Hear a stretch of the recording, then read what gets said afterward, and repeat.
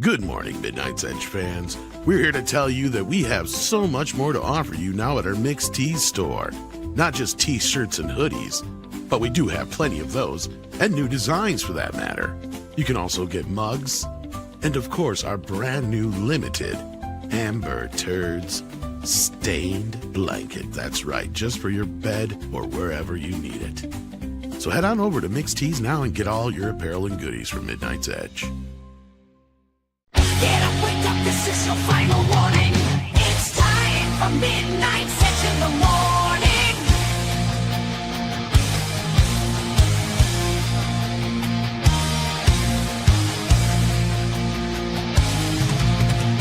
The gang is ready to go and it's time for the show.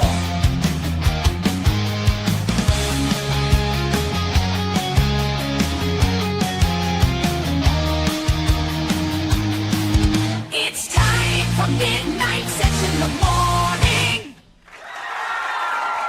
Good morning, campers. It's Wednesday. It's time for Midnight's Edge in the morning. And we have a panel full of gentlemen here. We have Andre, of course, the boss man. How you doing?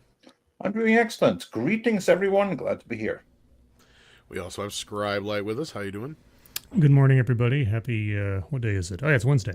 It is Yay, hump Wednesday. day. We have Paul Chateau. How you doing? I'm crowing. I heard. And we also have Chris Brawley of Boss Level Bleeding Fool News. That's right. How you doing? Ready for action, sir. Yeah, your mic, I think, is still screwed up. FYI. Yeah, you're not on the right mic. Oops. Stand by. No problemo. No problemo. It didn't sound as bad as most people's camera mics do, so Is this take that note. better? I don't want to sit and waste time messing with it. No, I think you're on the right mic, I think. Hey, let me dip out and I'll fix it. I think you're on the right mic now, just so you All know. right. Well, look. No, maybe not. I don't know. You have a very good camera mic. That's the problem. Oh, Believe it or not. And the Yeah. closer you got, the better it sounded. So, yeah. And the worse it is. Or maybe ironically. not. I don't know. Where is the sound coming from? Because he taps his mic and we don't hear it. Yeah, nothing. Nothing. Weird. I don't know where the mic is on this portable. check. Now we hear you. There we go. That's it. We got you. Hello? Now we got it. Okay, whatever you did, leave it alone. There's 30 seconds we'll never get back. Sorry, guys. Yeah, sorry about that, guys. That's just the way it goes sometimes when you try to start on time and you don't allow people to test things. Well, I got in here. To be fair, I was the dirt bag that got here at the last second. No, so we should it's on allow. me. We should have messed with the sound beforehand. But that being said, good morning, everybody out there in the chat. How are you doing? Good to see you. Good to see you. We have some news to talk about. We have some Diz news and some other things. But we have super chats to get started, as we normally do. And we have Pack and Proton sending in 5 with Vulcan Babies. Says, how much to get Paul to watch Pet Cemetery at midnight? Oh my God, no! He could watch the remake since everybody thinks he looks like John Lithgow. John Lithgow's in the remake. There you go. The problem is that a person who is independently wealthy doesn't have to listen to such requests. He's like, midnight? I'm sleeping by then. What the fuck? Yeah, and also like the answer to how much for him to do it, probably more than you can afford. No, there's. I have been offered a few dollars to view movies that I kind of or shows I didn't want to do, and I did them, but I have my limits. Yeah. But recently, Paul just saw The Crow for the first time with Brandon. Yeah, I'm really Were you- impressed. Were you paid? Really loved it. Were you paid? That's a good question. Repaid the Were- No, original. were you paid? No. It's just it came up on Netflix saying, 2 days left, and I went, crap. I've always wanted to see That's Crow. the original Crow, right? The original one. Yes, and no, there is only Good. Good. Yes, I agree. It's That true. one's good. That's worth a watch. it's Good fantastic. soundtrack too. And I'm surprised the editor was not nominated for an Academy Award because it's very creative editing. It's interesting that it's not just cut; it's actually assembled in in an artistic way. Like there's clearly work done in the editing suite to enhance the movie. It was Considering great. what they had to do to clean it up after the death Yeah. of Brandon Lee, Yeah. that says a lot, actually. Yeah, it was really enjoyable. And the bad guy in it, I can't remember his name. Oh but God, he- yes, he's great. I always bring him up. he- Michael Wincott. Yep. And has he been in other stuff? Yes, yes, Shit, was he good? yeah. He's one of my favorite go-to bad guys. Michael Wow. Strange Days. He did a good job. too. Yep. Yeah, he was also in Robin Hood, the one with Kevin Yep. Costner, and The Count of Monte Cristo with Henry Cavill, which in my book is the best adaptation of The Count of Monte Cristo to date. Not the most faithful, but the best adaptation overall. He's Canadian? Wow, I've just Yeah, been he's told. a great guy, great actor, and in that film, What a like, voice. Top Dollar is one of my favorite bad guys, probably right underneath like, Hans Gruber. Like he's just Yeah. that maniacal and fucking likable And at the same comfortable time. in it. And so not like it's big, but not over the top. It's very, very cool. No. Yeah, he does a great job in it. Yeah. Does a really good job. Anyways, yes, it was one of those classic films that I each time I'm watching one of these movies, like The Highlander and The Crow, I'm thinking of, I've got Tom's voice in my head saying, "You're just watching that now." Well, what's hilarious about Michael Wincott's character is in the comic book, he's not even that character. Like, there is no real leader character kind of in the comic book. That was Oh. added for the movie. So, like, a lot of the things that they did a pretty good job at adapting what was there, but also making it, work for a 2-hour movie. They did a pretty good job, like giving him an antagonist and all that kind of stuff. The Really? book is just about straight revenge, basically. Yeah. It's really well done, and the little girl and the connection and her mom, and it's just I mean, it's there's standard aspects to that kind of movie, but I recommend to anyone see the original Crow. I was shocked at how good it was. Yeah. Oh yeah. Really Yeah. I'm glad you enjoyed Michael it. Wincott was always my fantasy cast for Skeletor. Yeah, he would make a Ooh. great Skeletor. Is Yes. he still alive? Yeah. Yeah. Yeah. Oh, just old. Skeletor. Wow. Yes, I can see that. Absolutely. Yeah. And he's not a small guy either, I don't think. I think he's No, I anyway, don't think so. he was good. Yeah, he was great. Fabulous hair too, by the way. I I don't know if that a was wig, real. but- I'm I was not gonna sure. say I think that was a wig, but yeah, Yeah. we'll say it was his. We got Dr. Longdongler sending in £1.99 with a thumbs up to remind you to pound that like buttons if you have not yet already. And then we got Barry the Music Man who says with $5, like that icon. Andre's been deep diving into Kiss the last year or so I'm sure he thinks that's pretty cool. Is that the Paul Stanley and Peter Criss there? Mm, It looks like the Paul Stanley, but I'm not 100% There's sure. lots of fur on the chest. Yeah, it looks could be Photoshop. Could be.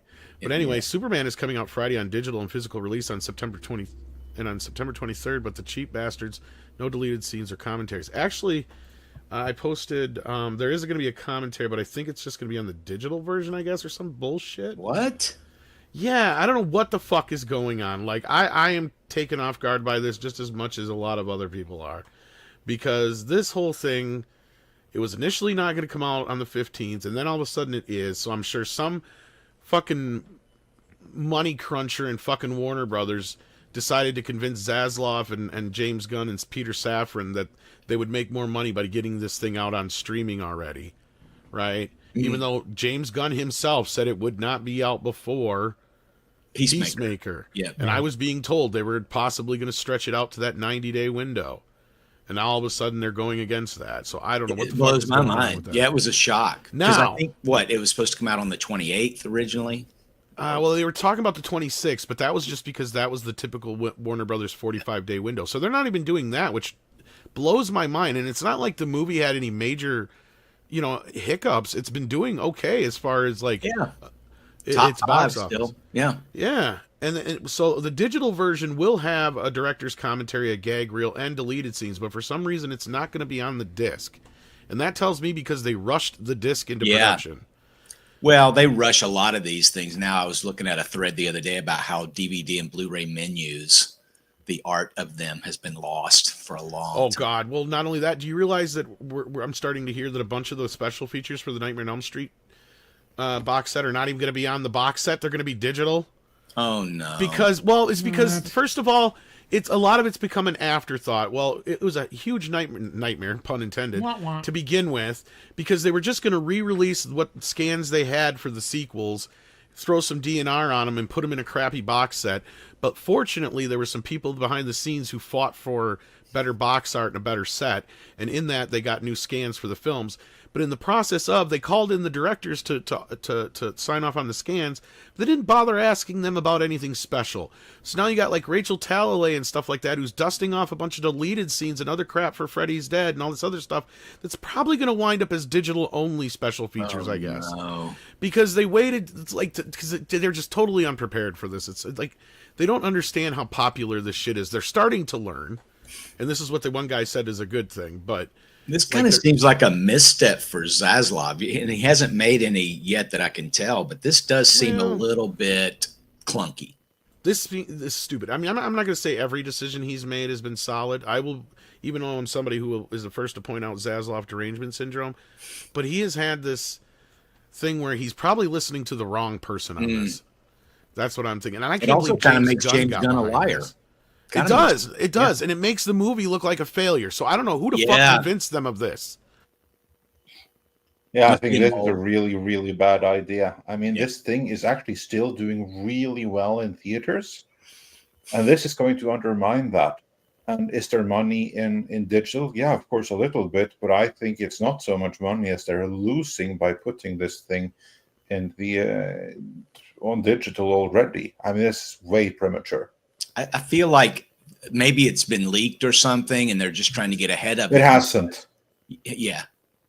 Feels like it, because the digital money would be there 2 weeks later, 3 weeks later.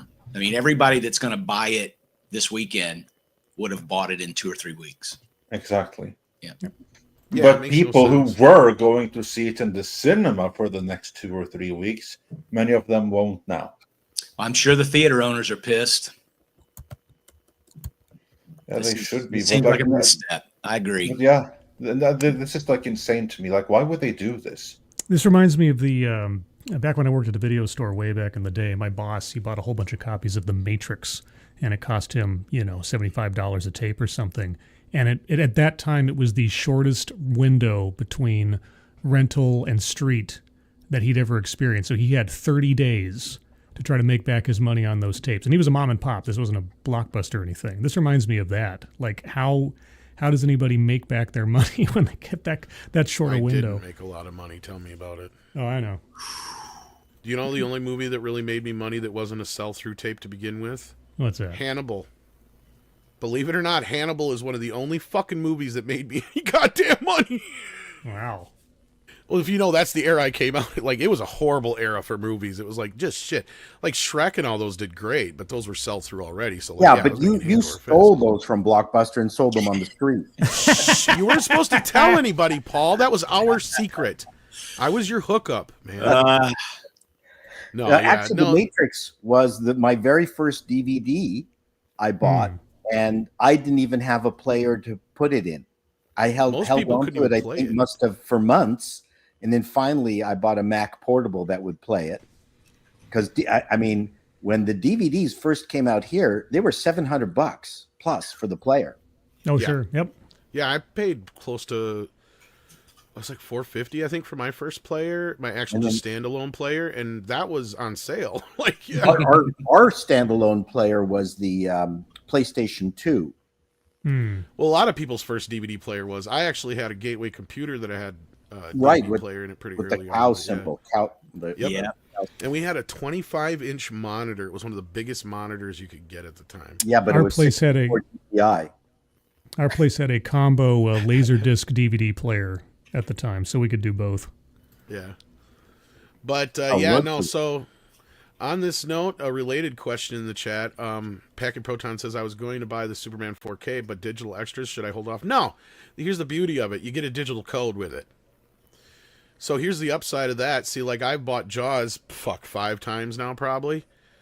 But I didn't have to buy this new version of it because the disc is the same disc. the extra bonus they actually added to the digital version, so I didn't have to pay a damn dime extra. So I don't have to buy it again. Do the streamers think that leaving the digital extras on streaming is what's going to cause people to want to see it on streaming? I mean, when they first started doing it, there were a few digital extras that were like a thing, but this is the first time in a while, more recently, that it's become a thing again. But it's only because it feels like either A, more of an afterthought, or they just come out with another version that, and it just has like one extra feature, like with Jaws, right? Like they didn't do anything to the movie itself. They just added that documentary. So like that documentary is just on an extra disc that you buy in the 50th anniversary set. Otherwise, the disc is exactly the same as the 45th anniversary disc. Just hire Robert Myers Burnett to make digital Right. extra. Well, they don't. That's the big problem, is they don't have guys like that anymore in Hollywood to do that kind of shit. They don't have guys like Robert anymore, and what they do spend on it is nothing compared to what they used to. And in fact, they're trying to like get rid of a lot of extras. If you notice, most 4K discs you buy don't have any extras whatsoever on it. All the extras are on the old Blu-ray that they include with it. If you really want to talk about extras, we were developing content for record companies because the big thing at the time was coming up with a game that it wasn't just wasn't even an extra. So you'd have a CD, a regular audio CD, but there would be a area in it that you could play on your computer that would be a game that went along with some of the music on the album. And we did all sorts of games for all sorts of artists. It was hilarious. At one point it was, a big deal. Now the problem is that nobody really thought of the long term, that the game would stop working if you updated your OS. Oh, Yeah, I have a few CDs with CD extra stuff on it I can't play anymore. I forget what it was called. There was a name for that. It was like CD Extra, I think is what it was It called. wasn't extra. Maybe Active CD. Maybe CD+. CD Interactive or CD Plus. It was something like that. You're not wrong. I think the only one that I have that still semi works is a Hootie and the Blowfish single that plays the music video. I think I can still rip the. there But it's you in like go. it's in like 180p. It's so fucking. It's tiny. It's like this really wretched looking version of the video. Yeah, it was 180. Oh my gosh. It's Yeah, it really was- tiny. Yeah. It was QuickTime, the first versions of QuickTime. Yes. Yep. Exactly. For Yes. It was 180 really early quick yeah. time. Yeah, we made okay money at that because the government decided here to fund those extras, and so the record companies didn't mind. And I don't have any of them around anymore, but we came up with games featuring the artist, like brand new games, quite wild. It was pretty neat. We did some snakes and ladders with some rock bands and with their little heads going up and down the ladders and stuff. So you guys would do all the menus and all that kind of stuff too, I assume. Oh yeah, we did. Yeah. We did the whole thing, and because of the era that it was in, it all had to be 256 colors max because PCs Yeah. couldn't play more than 256 colors. So we had dithering software that would reduce millions of colors down to 256, Right. and yeah, it was a bizarre time that really went nowhere. You know what's hilarious about that? You bring that up is I think that's part of the reason why the Hootie and the Blowfish music video was shot in black and white. Is so they could put it on that goddamn disc in that QuickTime, and it wasn't a problem because it didn't have color. Yeah. I just thought of that. I'm like, that probably is why they shot it for that sure. way. And the problem is too, it would reduce the amount of content for songs. Yep. Yeah. Yeah. So anyhow, nice little segue from the past there. But Kalekioki does point out that Superman asks, is it going to cross the 600 mark? Probably not. Not now. I mean, it was so far. No, they just close. killed that they just stopped killed that that from happening. Yeah. I thought for sure that's what they were waiting for, was for it to hit that mark, and then they would announce the streaming date. That's what I thought was going on. Yeah, because what they're doing right now is they're essentially killing the movie. They're denying any chance of it to reach 600 million. That's not happening now, probably because of the digital release. So now forever it's going to look like a failure at the box office when it really wasn't. They're making it a bigger failure than it needed to be. What's the logic, though? I mean, even the stupid logic behind that decision. The I don't stupid understand. logic is you have a movie that's still perceived as a theatrical release, you put it on video on demand, people buy it. Now, the studios do get more of that video on demand money than they do for a ticket. Sure. But what you're sacrificing then is a family of, say, 3 or 4 going to see a movie, as opposed to where you would say make, twice as much as what you're probably making. But they don't care about that anymore. Because like Vudu, Amazon, iTunes, they probably keep at best, a couple bucks to $5 at most from each one of these sales, to where that's $20 or more right into Warner Brothers' pocket each sale. Right. So they see that as more profit that way.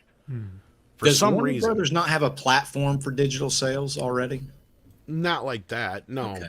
I mean, they all go through, you either buy them through Fandango / Vudu, whatever you want to call it, or iTunes or Amazon. I think those are the only 3 really left. Yeah. Because didn't Microsoft just shut theirs down here like not even 2 months ago or a month ago? They kept sending me emails that I kept ignoring. I think you're right. Yeah, because they're like, if you have something that you bought, you still get to keep it, but they're not covering any other sales. And they said something about like, make sure you download your stuff or something or other, or Yeah, I whatever. did that. Yeah. Yeah. So let's get into that point where even the digital thing is not as big as they thought. So, Well, it's still kind of like it's a premium, right? It's the premium price, and all it does though is it's just going to encourage piracy because, like the normies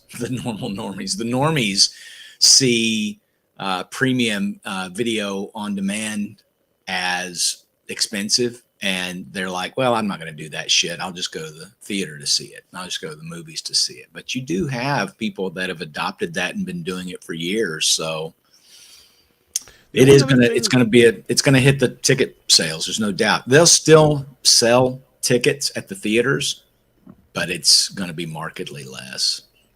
Here's the thing with this, and here's the only other thing I can think of that may have made logical sense to anybody and how they convinced people to put this out so early. Is somebody might have convinced James Gunn and Zaslav and Safran that putting Superman out this early might help bump up the viewership on fucking Peacemaker. That's the only That's thing what I'm thinking. That's the only thing I can think of. Yeah. That they're thinking, because Peacemaker is right around the corner, right? When is it's next week? I think so, yeah. See? Yeah, because what they're thinking, I guarantee you, it's synergy. They want more people to watch Peacemaker. They're going to use Superman in the promotion of Peacemaker. And I have said before, and I'll say again, I think Superman makes a cameo in Peacemaker Season 2. I think Wow. that's already been confirmed, actually. Really? Oh, there you go. Yeah. I think the only thing that he said was it wasn't going to be right away. So I think he's going to be in the last few episodes. Yeah, that's what I'm thinking. And they want that synergy, because I was like also thinking that, yeah, I understand why they want to hold off on it. But when Peacemaker comes out, that's going to be a huge thing. They can use Peacemaker and Superman to bounce off of each other. And the best way to do that is to actually have Superman available. So I can see how they would do that. Plus, then that pushes it up sooner that they'll put it on HBO Max as well.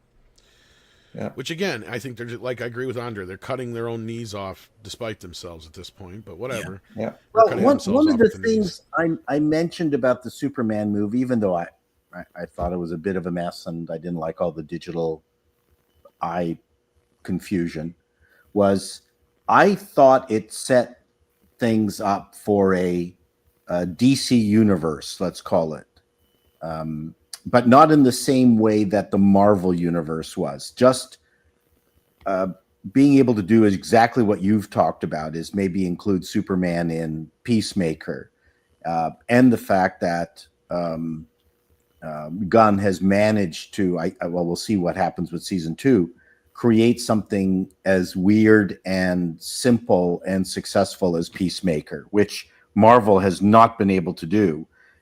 They've been pushing for these female-driven DEI shows, and then stupid shit like the the invasion, whatever the Krull invasion thing It's was. a secret invasion. And the universe that Gunn is doing is happier, more comic booky, and I just got a sense that we're going to see some really good momentum over the next little while. Like, he's stumbling a little bit at the beginning, but I think in the end, this is going to be quite a lot of fun. Well, That's not only my- that, I think that people are not taking into consideration how much less they're going to be spending on the upcoming films, right? Like, I Or know the there's been a TV lot of shows. debate. Well, not just the TV shows, but even Supergirl, from what I've heard, is a lot cheaper, right? Like, and same thing with Clayface. Clayface is going to be next to nothing. Yeah. It's only going to cost That's like $45 $30 million or million. something. Yeah, 30 to 40. And like I said, I bet they ain't even spending that on it. See, that's the thing with Warner. We know for a fact is that they love to oversell what they're spending. And we've got that story from a long time ago from Gary Tunnicliffe when he was talking about the Exorcist films. Yeah. And how they claim they spent twice as much as they actually did. But yeah, Soul Nightmare pointed out, Gunn did just record a commentary. As I pointed out, it will be on the digital version, though, I guess, which is an oddball. But yeah. And then Soul Nightmare also said... Greg Berlanti did not spend a lot of money on Supergirl. No. Well, that was CW, though, too. So It doesn't matter. It was still a fun show. I'm just saying, though, they only get a bag of potato chips and $1.05 to spend on a show there. So. Sure, but you know what? If you spend bag of potato chips to improve it, think what you could do, right? Well, we heard Gunn might actually have a family-sized bag of potato chips on this. Well, there you go. Yeah. Is it Doritos or Lay's here, guys? I need some I hope Doritos, better maybe analogies. sour cream and nacho onion. cheese Doritos, but Sour Okay. cream and onion. You know, Okay. to Paul's point about Gunn's getting some momentum, one thing I've noticed a big difference between Marvel and DCU now is DCU's not doing any gender swaps. They're not leaning into that sort of DEI stuff. There were a few race No. swaps, I guess, and minor at best, though. yeah, minor people that worked at the Daily Planet or whatever. But None But I that have don't- never been done before, actually. And not only that, like... here's the funny- Otis was, yeah. Well, I mean, the Batgirl thing, and everybody gripes about that thing being canceled, but it's like, we are the first to remind everybody, you do realize that all that was going to do was make the Trinity into Batgirl, Supergirl, and Wonder Woman, right? Yeah. There was going to be no Superman. Superman was killed in The Flash. Mm. People forget that. He was killed and wiped out of existence. So Mm-hmm. yeah, he was killed before he even was Superman. His whole destiny was stolen from him. And given to Supergirl, yeah. Yeah, so they've beaten it back over at Warner Brothers, and Marvel just hasn't learned their lesson yet. I mean, what's the next project they're pushing? Wonder Man? Is that the next thing? Oh, the I only forgot other about thing they that. got. From the MCU, yes. yeah. Next thing coming now from the MCU is Wonder Man. Yeah. Wonder Man is next. Yeah. Do they have any Daredevil left, or are they holding that off? I'm hearing it's canceled. Yeah, I don't know. Well, the I thought- part We heard 2 that of Born Again before as comes out well. next year. Yeah, But like I the don't Punisher believe it now special. because we heard that before that it was canceled. That's what it should have been. But it brings back what's his face, the actor Gandhi, the one from Iron Man 3. Oh yeah. Oh, Yeah, but um, Ben you know what? Kingsley? Ben Kingsley. Ben yeah. Kingsley brings back Ben Kingsley and everything. Of course, it should have been cancelled, but unfortunately, I don't think it is cancelled. I think that, like all the other things that should have been cancelled, because releasing them, frankly, destroyed the brand. Wonder Man is still coming, and it's going to do the exact kind of brand damage that everything else has. I mean, like, for instance, they just put out this animated series, Eyes of Wakanda or something. What kind of waves is that making? That also probably should have been cancelled. 0. Well, based on Bo DeMaio's testimony, Marvel's a mess, Yeah. and Kevin Yep. is an idiot. Yeah. But it's worse than a mess. It's Sony and Fox 20 years ago. But I couldn't like his discussions of the writing room and what was going on was depressing. Which we did a video on earlier Yeah, which is today. where for I'm those getting who the want to info check it from. out. Yeah, which is funny because we've been telling people the same shit for how many years now, and so has Pro and Film Yeah, that- Threat and all those guys. But of course, yeah. it helps when someone who's actually there says it Oh, rather absolutely. than some scooper. But yeah, But let's get through the Superman stuff and let's get on the Marvel because that's a part of our topic today. Soul Nightmare says while we can all agree putting Superman on Friday is dumb, it's worth noting that Jurassic, How to Train Your Dragon, Lilo Stitch, Minecraft made more money even with PVOD. Superman still made 1.4 million on Tuesday. Yeah, this is why it makes no sense to do this to this movie. Now, when it comes to Jurassic Park and How to Train Your Dragon, that's Universal. Universal has had this thing where they go 36 days or less since the start of this crap. Disney, believe it or not, is one of the ones who actually holds their shit off the longest. But that's just because they try to keep it so they can hit these certain points, right? So they can go back to their investors and shareholders and go, look, we had a hit. It made X amount of money, which was what we expected it to make. Well, yeah, it took you 2 years to get there, but you still did it, I guess, at the end of the day. Now, Minecraft, like, again, I feel like, didn't they hold Minecraft off for a bit when it came to the streaming? I think that was the 45-day window. They held that one off. But that one also climbed closer to $1 billion. But do I think Superman was ever set to make $1 billion? No, I don't. But doing this, I think, is a big mistake. So we'll see. But with that, let's see here. Did we have any more that had to do with this specifically? Don't think so. So we got that stuff, but we got Pack and Protons, who also said my first DVD was Ghostbusters. Wish they ported over the MST 3K commentary over. Yes, that's the only reason I still own that old DVD. 25-inch monitor weighed 100 pounds back then. Yes, it was huge. It was fucking huge. It was like almost bigger than our 30-some inch regular television because of how big, because it was a big monitor. Well, the Trinitron, the big Trinitron box had a warning that said must be lifted with three people. Oh, three. Okay, I thought it was Three. two. It was. I remember it had 3 people, and then of course you had, if you were really rich, you had the 37 or 38-inch Mitsubishi monitor. Mm. That was the king of the CRT monitors. Mm.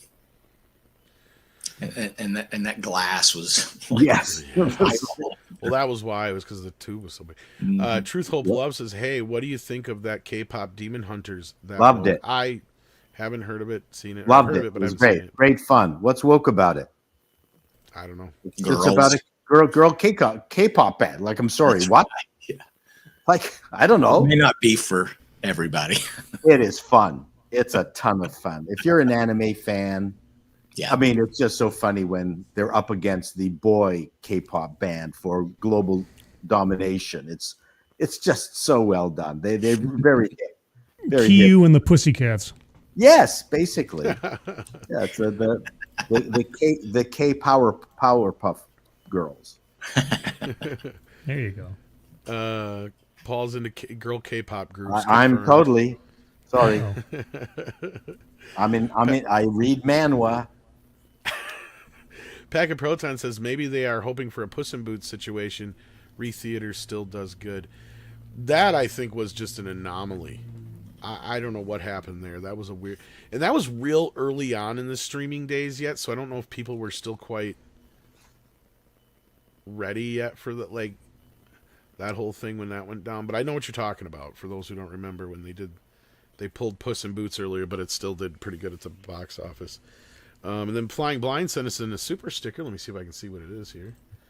It is a little Shiba dog saying, hiya. Well, hiya, Flying Blind on a rocket cycle. We appreciate that. And speaking of hiya, somebody who's pretty hiya seems to be Kevin Feige and Disney and all their business lately. As you said, Andre, we dropped a video this morning on Bo DeMeo blowing the lid off of Kevin Feige and Marvel. And not only did he say the things he said in our video, but he's been going off since then, giving out even more little tidbits and info, answering other people's questions and responses and other stuff. So yeah, like, he's not painting Marvel in a very good light right now. yeah, So, no, I know you have some highlights prepared for us here. well, I had the original one that we had, which you went through in our video, which of course does not paint Marvel in a very good light. Oh my God. It's a and- great and what it- video. And what's funny about it is it basically says what we've reported all along, and that is that Kevin Feige and crew basically have an idea of what they want, and they just want the people to come in and dictate it to them. Yeah. Basically, in so many words. So yeah, I'm going to bring this up here, the main one first, and then we'll get into some of the other goodies as you guys discuss this. But yeah, so I don't know if you want to take us through this one specifically first, Andre, but this is the one that we cover in our video. Indeed, and to me, the worst part is there are many bad things here, but the worst part, the two worst parts, is that they don't want it to be too much like the comic, because not Kevin Feige, but Louis D'Esposito, the co-president of Marvel, he tunes out when it's too much like the comics because he doesn't like the comics. To me, that tells me that Louis D'Esposito has to go. Because that right there, he alone is doing some tremendous damage, because the whole promise of Marvel Studios, the whole appeal of Marvel Studios, I mean, financially, the real reason for Ike Perlmutter to start Marvel Studios in the first place was to get a bigger cut of the cake. More risk, but also much higher reward. So let's be clear about that. But still, from the fan point of view, the appeal of Marvel Studios was that they knew their own properties, they would respect their own properties in a way that the rest of Hollywood wouldn't. And now what we're seeing here is that, no, they've gone backwards. They are now what Hollywood was 20 years ago, back when Sony and Fox didn't like the comic books and just went a completely different direction. They wanted the name, they wanted the iconography, but then they want to go in a completely different direction. That's what Marvel Studios is doing right now. And then as for that complete different direction, Kevin Feige has an idea. He's not really interested in any other ideas. He just wants his own fleshed out. And if something is weak, it's fine. It just needs that Marvel humor. That Marvel humor that stopped working long time ago, because it's stale and it's predictable by now. And So these people are still the ones in charge. Yeah. And on top of that, here's some highlights of some of the things he said. He said he pitched a Kang film to Feige in the horror style of Barbarian. Feige told him to go fuck himself. And another time, he got scolded for emailing Kevin and the Marvel execs because my email started, get this, greeting executives, like X-Men executives. Nice. Yeah, and so he was got in trouble for his X pun, because Kevin Feige does not like being called an executive, evidently. He likes to call his parliament artists. All right, I thought so. He's still Kevin from the something. God, Does Kevin require green Skittles every morning before I anything think else so. starts? And brown Jesus. M&Ms, even though they don't make Yeah. them anymore. Oh my God. You know, Yeah, it just goes on and on. Like, these are the kind of things he's been dropping. I mean, there was the cookie story, too. There was, that morale was so bad that Victoria Alonso brought in fucking sugar cookies, like, to try and boost everybody's morale. Like, So my Oh, question is, where did all the OnlyFans stuff come from? And was it a deliberate attempt to tar and feather him? I mean, my understanding is that all that stuff was true. He never... No, he didn't have an OnlyFans. That was true. actually, that was admittedly known before they even hired him. In fact, there was a well-known write-up about him in, what was it, Pride magazine or whatever it was, Andre? I can't remember which one of the gay magazines it was, but one of those. Way before one of the gay things. That apparently was a good thing. See, and that was the thing, is like Kevin Feige leaned into that. And that was the stuff that we heard when we first heard that first interview, was like, wait a minute. Kevin Feige didn't give a shit about this guy knowing anything about X-Men. He just gave a shit about the guy being a black gay dude. Because all he wanted him to do was bring the black gay experience to X-Men. That was Bo DeMaio's words. And then Bo DeMaio made the mistake of admitting that he actually knew the property.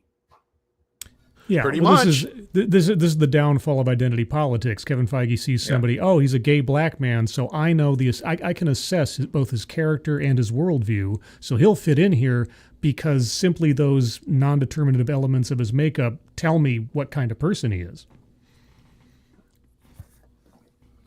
Pretty Well, I much, mean, yeah. you can tell that Kevin Feige is not a creative person at all, because to some degree, creative people are lazy in the sense that if you already have a universe of material available to you to crib, you do it. Mhm.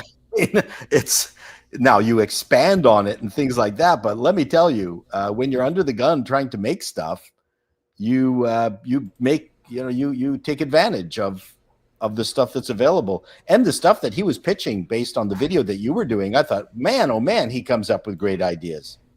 Well, it's because this guy likes comic books. Nobody He really grew knows up- his shit. I mean, he really knows his stuff. Well, this is what I love about him is he's a unicorn, and he's in the beauty of it was that Kevin Feige thought he found his unicorn when it was really us fans found ours, right? He's the example of everything we've said, that your sexuality has nothing to do with whether or not you're a good fucking storyteller or not, right? Because this guy took one look at him and he goes, well, this guy's going to bring the black gay experience to the X-Men. And it's like, well, guess what? Even somebody like Bryan Singer was smart enough to know that the gay experience that he grew up with was not what you bring to the table to X-Men, but the idea of what it was like to be an outsider. That's what you bring to X-Men. That's what made him understand X-Men. And Bo grew up with the X-Men. So he already understood them. Right? He was a fan of them. And that's where these guys are not fans of the shit. And that's why I found hilarious about what the one quote about, Louis Esposito not wanting them to bring any comic book stories to the table because he doesn't like comic book shit. And I'm sitting here going, well, how the fuck would he know? You could just come in and pretend, pitching him the same story that's in any one of the comic books, act like it's yours, and he wouldn't know one bit. So what the fuck? And maybe that's this type of stuff that Bo was doing and he got caught. Right? Like, and as far as the OnlyFans thing, there's nothing on there that they didn't already know about. And there was supposed to be this big bomb drop that never happened. You know what their big bomb was? He was difficult to work with. Where have we fucking heard this before? Well, From Henry Cavill, for one, because he wanted fidelity to the source material. And this guy difficult worked to with work Henry Cavill on The Witcher. Imagine that. And a group of people with a producer that says, I don't like the original books and I don't like the author. Let's do The Witcher. Yeah, which makes no sense. Why does Hollywood hire people who don't like the properties that they're working on? I don't get it. I wish I knew the answer. Well, to that, I think Paul. because the people doing the hiring, they don't get it. And they find someone like themselves. So like, okay, I don't understand this, but I understand this guy. He thinks like me. He doesn't like this shit either. Let's hire him. And that's stupid, because it used to be you'd get somebody who actually understood this shit. For better or worse, there was a reason why they used to go to Kevin Smith, like to write some of these comic book movies and shit, because the guy read comic books. And he even, listen to his horror story. His horror story is pretty much probably what every person who has ever worked for Marvel has had to deal with times 10. Because that is a good example of how Hollywood executives don't understand this shit, right? And sure, that was just one man, John Peters, going up against Kevin Smith, but that story is a golden example of probably everything that goes on every day over at Marvel. Because if these people don't like the shit they're working on, that's even worse than not understanding the shit you're working on. Because that just tells me you're actively going out of your way to destroy the things you're working on. And another example, to invoke Kevin Smith, this also reminds me of how Masters of the Universe is a prime example of that. You have somebody who's parading around, pretending to be a fan of this stuff. You have somebody like Kevin Smith who doesn't really understand it, so he's going by this guy's thing. They're using him to get guys like us on board, and we saw this shit coming from a mile away. And now the Marvel Universe is doing the same shit. And you got somebody like this who actually calls it out inside the group. He's like, no, that is not going to fly with the fans. So what do? They ostracize him and get rid of him. And the beauty of it is he's a gay black dude. So we can use him as an example ourselves, going, look, this is exactly what we're talking about. Whether or not you like to suck dick or not has nothing to do with whether or not you know how to write a good X-Men story or not, or a good Blade story, or anything else for that matter. Because I bet you this guy's Blade's pitch was probably pretty good too. Because he probably just understood what Blade had to be. And they didn't. Because they want to make it into Blade's fucking daughter. Or Blade's fucking daughter's crew, probably, more or less. Yeah, I remember Kevin Feige even said that. No, he wanted to do Blade, but Blade couldn't just be like the actor in leather killing vampires. Yep. Right. And the message from the world was in pretty much unison. Yes, that's exactly what a Blade movie has to be. That and nothing Right. else. But and to be fair, Marvel had announced and solicited several years ago, like maybe 2016, 2017, I think, a Blade's Daughter comic book that was canceled because everyone was like, we don't care about this. Well, so they never put it out, but they were stuck on that idea. So it just tells you the culture still at Marvel is, you know, I want to these are just skin suits for our ideology. Just put. I want to toot our own horn a little bit here at Midnight's Edge because Andre will remember this, and maybe some of the audience members will. Back when they announced the Blade movie with Marasha Ali, what was it, the day or two before? We were talking about it. What was it we were saying, Andre? They're trying to make it Blade's Daughter. They were in talks to possibly work with Wesley Snipes, but Wesley Snipes was going to walk if that was the case. Guess what? Wesley walked. Indeed. There was no point in getting Mahershala Ali as well because one, he's too old, and it wasn't going to be about him anyway. That was the whole point. We know that now. That's why it didn't matter about his age. They were willing to work with Wesley then. He just wasn't willing to work with what they were trying to do. And look what's happened ever since. Marasha Ali cannot agree with them on a fucking script. Why? Because of probably the same things. Because this fucker probably thought he was coming in to play Blade, only to realize he's coming in to pass the torch off to Blade's daughter in the first movie. He probably dies in the first half hour. Probably. Wouldn't surprise me.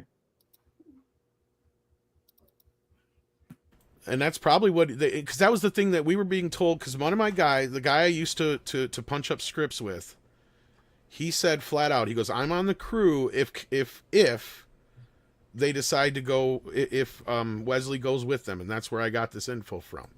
And he was telling me they're at a standoff right now because they're trying to make it all about Blade's daughter.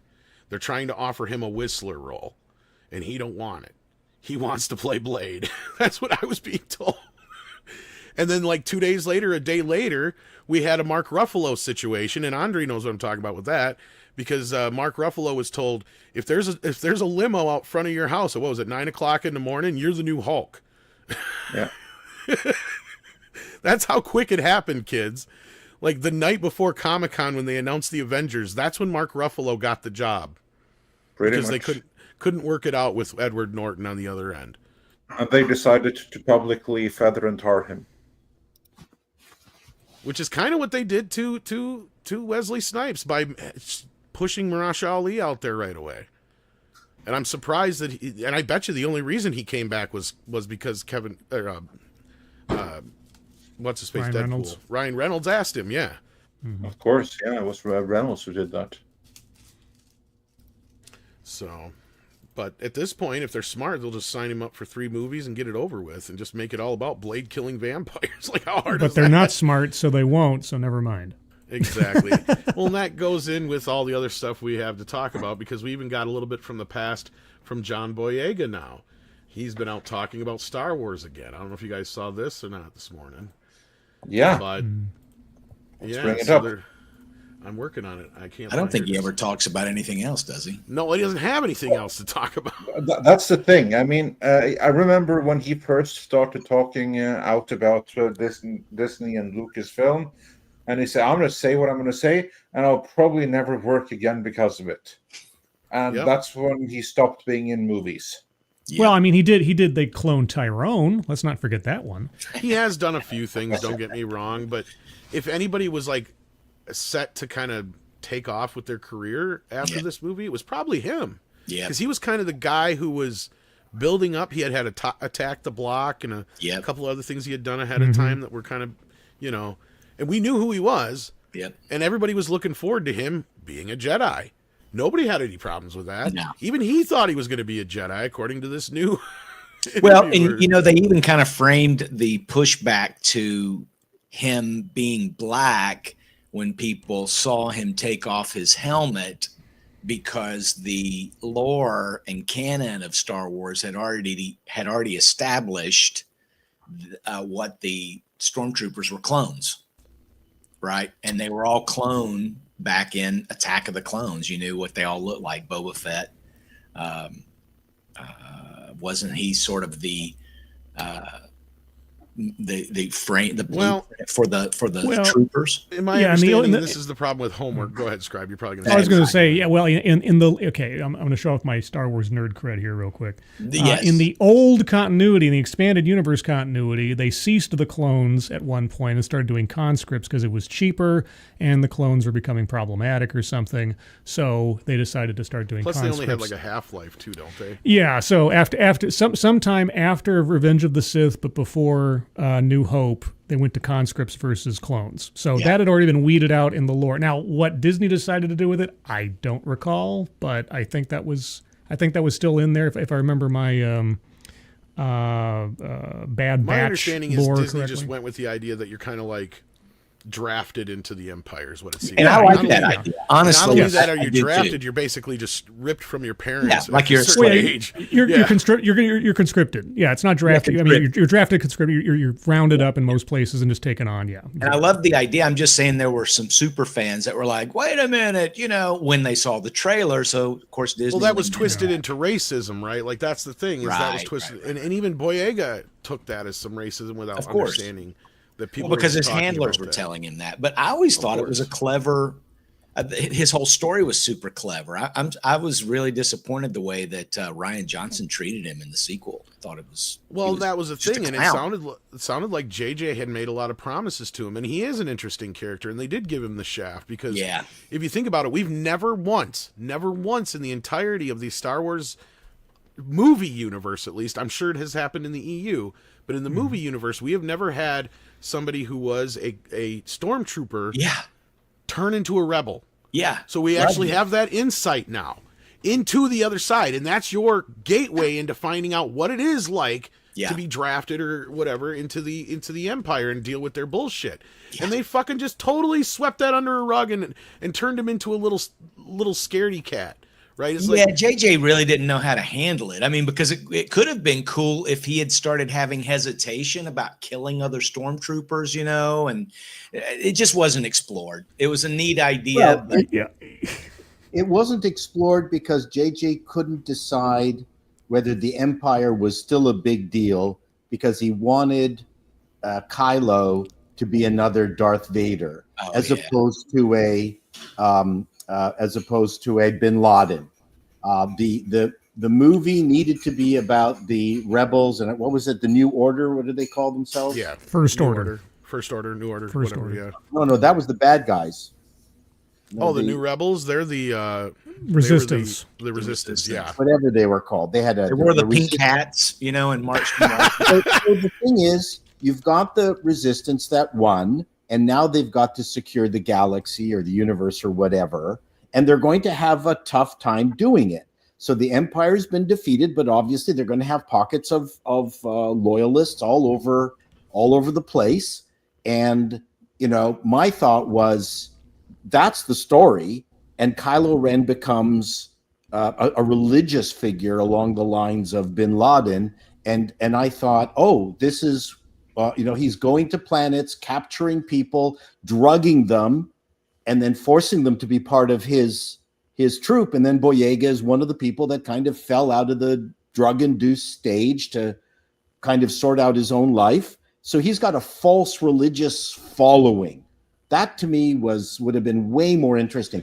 I got the feeling that J.J. Abrams saw Leni Riefenstahl's Triumph of the Will and the big scene with Hitler in Berlin and all the soldiers, and he started his movie with that scene with the people in the red and the background in black and all those flags that looked like Nazi flags. And he wrote the movie around that one scene because he thought that was the beginning of the movie. Mm-hmm. No one talks about that, but I think that's what he started with in his head. But turning, what's his name? Kylo Ren into someone who goes around stealing ships and trying to rebuild the remnants of the Empire would have been a far more interesting story, and it would have explained Boyega's. I agree. And that's the problem is everybody, and I mean everybody's idea for what the Star Wars sequel trilogy should have been is infinitely better than what we got.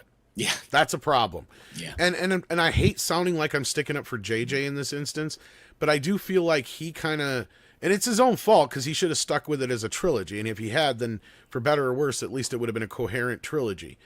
But his stupidity was setting it up and then walking away and letting somebody else take the keys without taking any ownership over it whatsoever, and allowing Rian Johnson to just, destroy this thing. But isn't 'Cause that at least- Kennedy's fault? That's It is. Kennedy's Yes, fault. it's though. absolutely Kennedy's Yeah. fault. Because even at the end of what we have in The Force Awakens, because I'm not going to sit here and, pontificate and pretend what we could have had, but what we actually have here is a movie that is set up in a way that you have a guy who is not his grandfather, but he desperately wants to be. He's living in this shadow of his grandfather, and in that he to prove that he's worse than his grandfather ever was, he killed his father. And then, then I'm sure the plan was to go on from there to either have him kill his mother or something worse, right? Like that's the whole thing and then he's being told at the same time that you're not good enough to be on the dark side, even though he just killed his fucking father.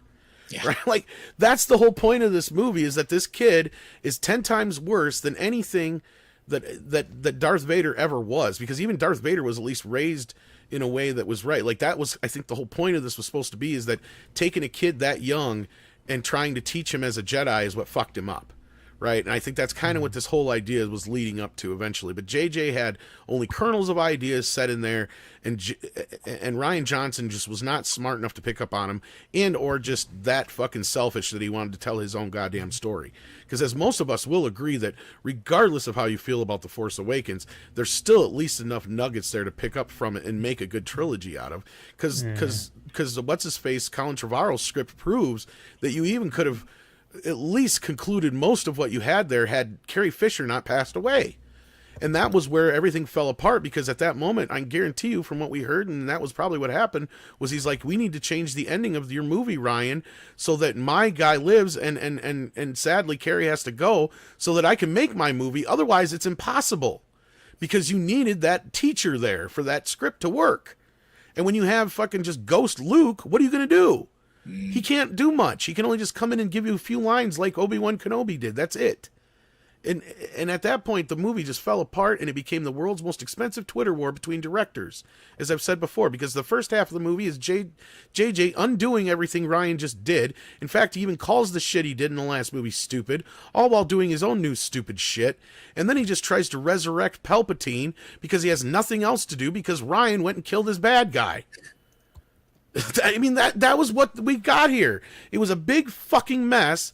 And yes, it all is on the lap of Kathleen Kennedy, because they should have sat down and said, all right, what is this story really going to be about? Where is this going to end? Who is who?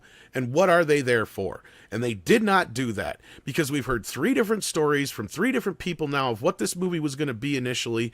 And we got John Boyega saying one thing. You got Daisy Ridley and what's his face, that was in Star Trek as well. Walter. Simon no. Pegg. Simon Pegg saying other shit, right? So you got John Boyega now saying that he thought that this was going to be like Obi-Wan and Luke, where she was going to turn to the fucking dark side. And he was going to be the Luke Skywalker basic character. So like, what the fuck was it going to be now? Because in the other versions we've heard that she was going to be an Obi-Wan child of some sorts. Right. Like... So which is it now? Nobody knows anymore what the fuck this was going to be. So to me, it's a big, huge mess. It's just indicative too of the mess at Disney. It's like it just seems standard now over at Disney, Lucasfilm, Marvel. Everything's just a mess.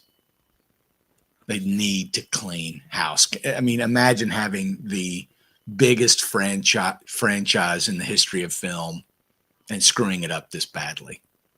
Well, just so people know what we're talking about. So this is his quote from this. He goes, I think I assumed he was Force sensitive from the Force Awakens script, or at least by the time I got to the end of the Force Awakens script. I thought they were planning dual Jedis. I actually thought that they would Obi-Wan and Darth Vader us a bit, that we would turn against each other or something along those lines. So he was getting hints from the script. And I do know that there was big chunks of the script just completely removed or changed. Right? Because there's even a version of the script that starts with Luke's hand on Luke's severed hand on Bespin, and how that whole story started with the lightsaber and all that business. So like, there was a few other scripts out there before this one. So yeah, it's hard to say where he got that from, but and then he said, you guys knew what to do with Daisy, you knew what to do with Adam Driver, and this was back when he first was bitching about this shit. But when it came to Kelly Marie Tran, when it came to John Boyega, you knew fuck all. So what do you want me to say? What they want you to say is, I enjoyed being a part of it. It was a great experience. Nah. I'll take the deal when it's a great experience. And that's what basically got him blacklisted, I think. That's what we were talking about earlier, was when he said that shit. But supposedly they made Kathleen Kennedy go through some struggle session over this. But he still hasn't gotten any big jobs in Hollywood. So, yeah. And he won't. Talking about Shame. Boyega? Yep. He seems to be Yeah, he rough even around said- here. Maybe he'll do the Gina Carano series. Yeah, he even says he was on the set pointing out stupid shit like the flying jet troopers.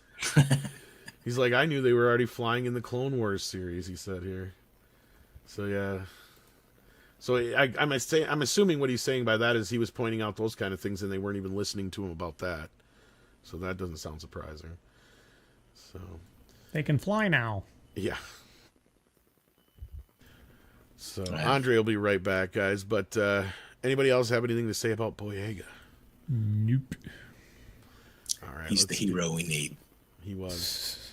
Accident Seller says, guys, which sheriff do you like most? J.W. Pepper from Moore's 007 run or Buford T. Justice from Smokey and the Bandit? I'm partial Ooh. to Buford myself. I think they're cousins. Buford T. Let's hope Justice. I got to go with I don't know. Buford just because I haven't seen the other. J.W. Pepper being sort of the, I don't know what you want to call it, sort of the, what's the name of that admiral that Darth Vader never killed? Oh, not Piet? Piet, but he does eventually kill him, I thought. No, he doesn't kill Piet. Sorry, yeah, it's the other one that he does kill. Anyway, so yeah, the returning individual just happens the Forrest Gump of the James Bond Roger Moore run. It just keeps showing up where James Bond is. I kind of appreciate that a little bit more, just because he's such a good comic relief. There you go. I got a sixth sense about these things. I'd rather have a dime, Daddy. Kalekioki says, Scribe and panel, are you aware of this new YouTube AI age check? Yes. You got to send in your ID to prove your age. No. Well, the AI check. So, from what I understand, and this is just from one story that's out there, there's going to be an AI algorithm running that will try to determine, based on either what you're doing on your channel or other things, that will determine your age, and then you'll be restricted from certain activities depending. And my first thought was, look out, anime girl VTubers. Because if you're detected as under 18, then you're in trouble or something. So I don't know exactly what the end all will be of that, but I think it's just another gigantic cataclysm that YouTube's inviting on itself, where it's like, I have to dox myself to YouTube in order to watch videos I want to watch, and all that comes along with that. Isn't it a little problematic already when you got to take a picture of a minor to prove they're not a minor? Yeah. Yeah, and then you got Kalekioki. I think the follow-up was, with this move, they are making dead internet a reality. Now, is this the deal where people were using Norman Reedus's image from a video game to fake their age, or was that for something else? Oh, I hadn't heard about that. You hadn't heard about that? Okay, so I guess some AI thing, maybe it was for something else, but they were using some image from Norman Reedus from some video game to bypass the age restriction. Because it was so realistic looking that I guess it tricked the AI. I got the story for you in the private chat. Okay, so which one is this one? This is the YouTube one. Yeah, YouTube. So yeah, I hadn't heard about this part then. So no, this is new. I heard about the other one. I think that's game related, maybe. Yeah, so YouTube says the move is aimed at providing better protections for younger users. On Wednesday, it began rolling out an age estimation model in the U.S. that uses AI to determine if someone is under 18, regardless of the birthday they've entered into their account. If YouTube's AI-based system calculates that someone is likely less than 18 years old, it will place restrictions on and add other security measures to the account. What if According somebody to How are just they looks young? doing that? So What- if you have a using? kid who's watching a bunch of children's content on your profile, you're kind of screwed then. Well, so here's the thing. According to YouTube, users will, quote, have the option to verify your age through government ID, selfie, or a credit card if you believe our age estimation model is incorrect. So, Digital ID then. yeah. Yeah, I can see where this is going to end up. I have to prove to the AI that I'm not under 18 if it decides I'm under you 18. are. Yeah.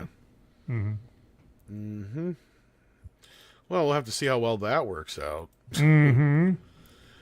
Toga Free says weapons is thumbs up. Bad guy plan fails if any of the theme family had a dog. Oh, the bad guy's plan fails if any of them, the families had a dog, I think he means to say. Ton of other writing problems. Yeah, I've heard mostly good, but a few nitpicks about this weapons movie. I haven't seen it yet. Has anybody here seen it? Not yet, no. Not Oh, yet. Me not. Nope. Sounded like Scribe might have from his laugh. So No, sorry. No, it just it reminded me of there are so many niche horror movies that have like quote unquote creative monsters where if you think about it for 10 minutes, they all fail if there's like one simple thing that's done. Like I remember a video that talked about the movie It Follows, which was a really big horror movie a few years ago, and then someone pointed out, if you just had a can of spray paint, you'd solve it. Like, oh yeah. Well, and that's also a common thing with horror movies, like is getting rid of the cell phones anymore. Yeah, like they a always lot have of to come up times with cell some phone. reason. Yeah. yeah. There was a movie, I think it was called House of the Devil or something, where they specifically set it in 1987 in order to avoid cell phones being a plot ruining device. That's becoming a more common thing now. Actually. Yeah, or they have to contrive something. With the I Spit on Your Grave remake, in the first 10 minutes or something, the main character accidentally drops her cell phone in the toilet, and like, At least that's a little bit more believable. But Nah, yeah, I mean, it's it was too convenient. cheese. But It like was cheese. I was talking about my writing partner earlier. Like he had this one script, and it was a horror script. And in the script, there was this one group that disrupts the cell phone tower with this fucking thing. And I'm like, is that even a real thing? He's like, yeah. I'm like, yeah, but here's your problem. Me asking you that is a problem because it's so unbelievable, and you're going out of your way to make this huge like if you're gonna have this terrorist group doing this thing already, why don't you just have them blow up the cell phone tower? It's a lot easier for the audience to understand than trying to go through this whole convoluted fucking machine that most people are gonna go, is that even a real thing? You know, like, The best way to deal with the microwave tower is climb up and cook chicken. Cook the chicken in front of it and disrupt people while you're making beef and just like that would make way more sense. People would believe see, we that. need you to be writing these scripts. Professor Hatian says no stormtroopers are not clones; they are trained military elite troopers, even in Disney canon. Yeah, I think that's okay. what we. I'll clarify what the Empire used as infantry, whatever you call them, whatever classification, changed from clones to recruits / conscripts after Revenge of the Sith territory. Yeah. Well, I know Lucas said something about them being clones, so I know there was some confusion when I don't that even know trailer if George came out. knows what the fuck he's doing half the time. No, I mean, he makes it up as he goes along. The imaginative hobbyist says, all hail Midnight's Edge. Well, hail to you. I wanted to share that Conan-inspired short I made. Will release tonight at 7 p.m. on my channel, The Siren of Snow. Oh, that sounds interesting. Conan O'Brien? No, I think he means Oh. Valerian. Yeah. Come on. I think I got a DM about that. I just haven't had the time to check it yet, but I'll get No, back to but that. Scribe, it makes me wonder how long we are from a Conan the O'Brien. The O'Brienian, Barbarian. yeah. Yeah, Oh, that's out there. it's gotta be. Yeah, probably. Yeah, and then Packet Proton says Rangers of the New Republic. Disney can reboot everything at the end of Return of the Jedi with Gina. Rangers go around catching Empire warlords. Yeah, there was a post from Nina Infinity asking about what people thought about the idea of Gina Carano coming back to the Star Wars franchise. And I thought, if they actually did do a Cara Dune series and it turned out to be the Deadpool and Wolverine of the Star Wars series that would put shame to all the others, that might be worth the schadenfreude, but you'd also be trusting Disney Lucasfilm writers to write Cara Dune. So I don't know how that would work out. Yeah, and I see there's some debate on the clone stuff in the chats on Rumble Sure. and the other one. Well, But- continuity's been changed so many times on that as to when things even, were and all that. Even from my memory, like if I remember from the Clone War, somebody please correct me if I'm wrong, from the Attack of the Clones novelization based on the script, I think even in there they get a little bit more in depth into what the clones are and how long they live and all that shit. Because that's why I said they have a half-life. Like they only literally live like half the life of a normal human. Yeah, they're growing is sped up and everything. Yeah, because of the so like cloning they tubes. knew they were going to only die at a certain point, and that was my understanding too. Is as soon as they died off, and this might be addressed in the Revenge of the Sith novelization or somewhere else. At that point, after that, there was no more clones used, and then like you said, they were just brought in as normal people. It was just So that was always my understanding too, is how that all worked out. According to the dead internet, Lucas said Yeah. that quote in Starlog magazine 2002. Oh See, my! that's- Always knew the stormtroopers were clones. He's Oh, full my of God. shit. Yeah, was it?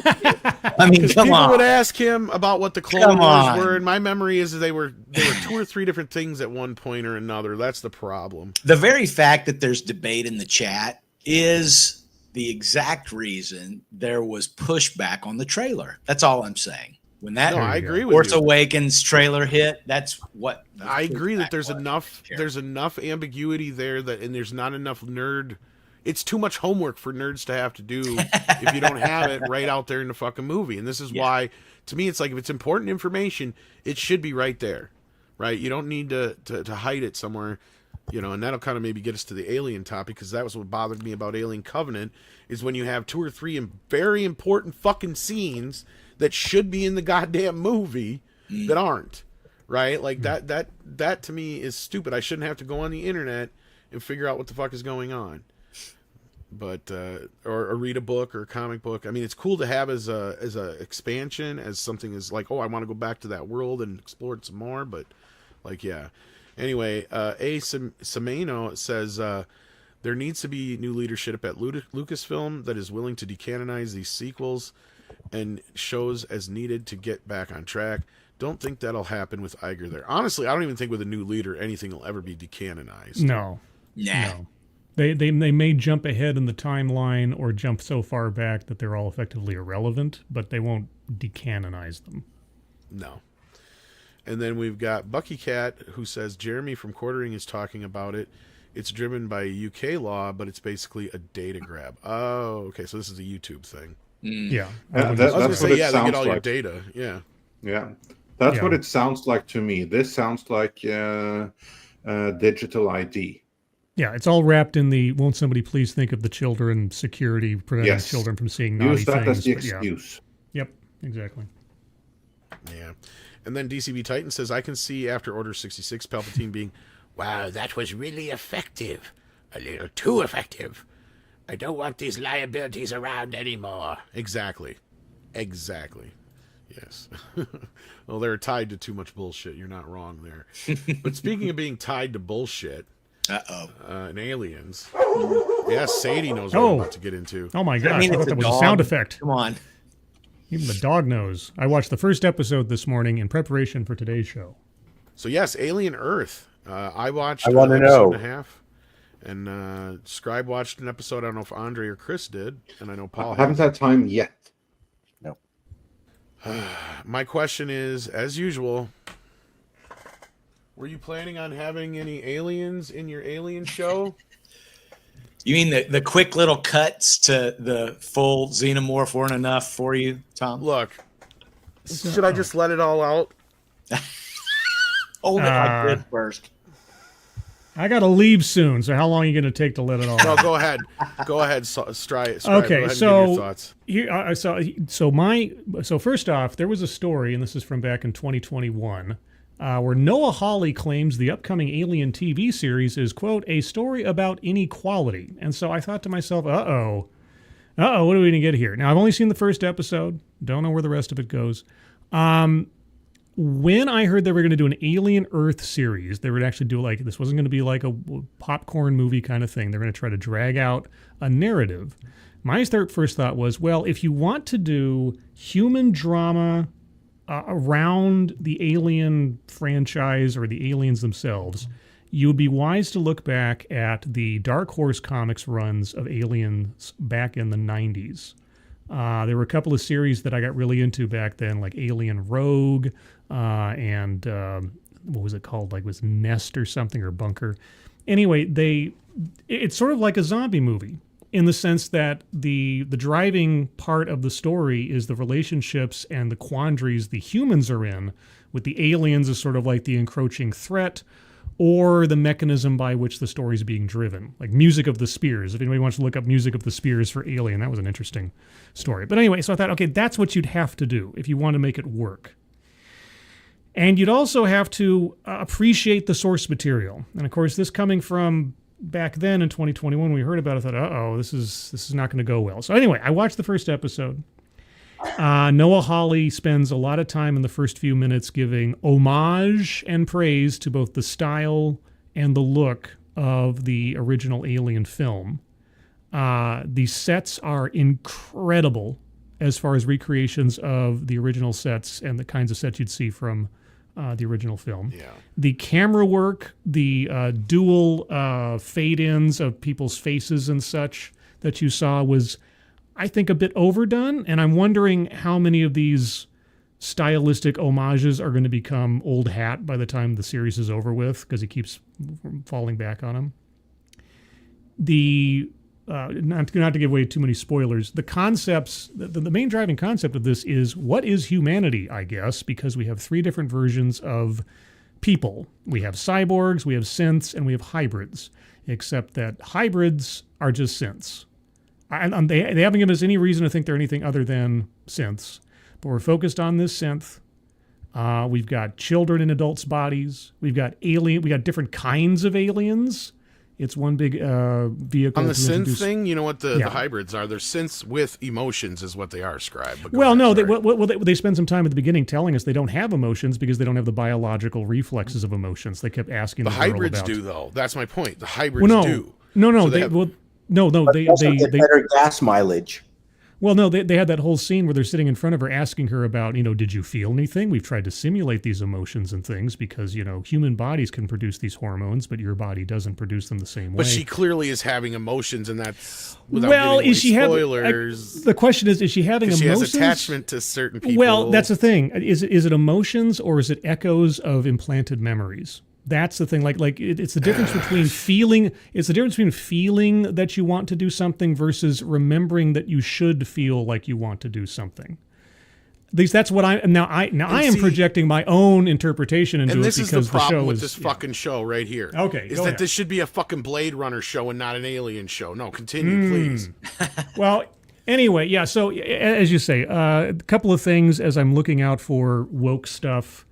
The only things that kind of hit me in that regard, and again, maybe I'm reading between the lines of a cookbook, I'm happy to be corrected, was that there are no white males in this who are not either villains or skinny weenie boys.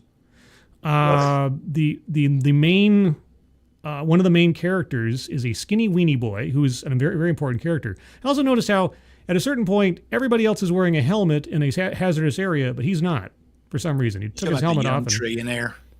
No, I'm talking about the brother, the medic brother. Yeah, okay. Yeah, no. Like I say, if you're not a villain, as in the Timothée Chalamet enhanced trillionaire prodigy boy, or you're not Seth Bullock but albinoed, who I guess is also a synth.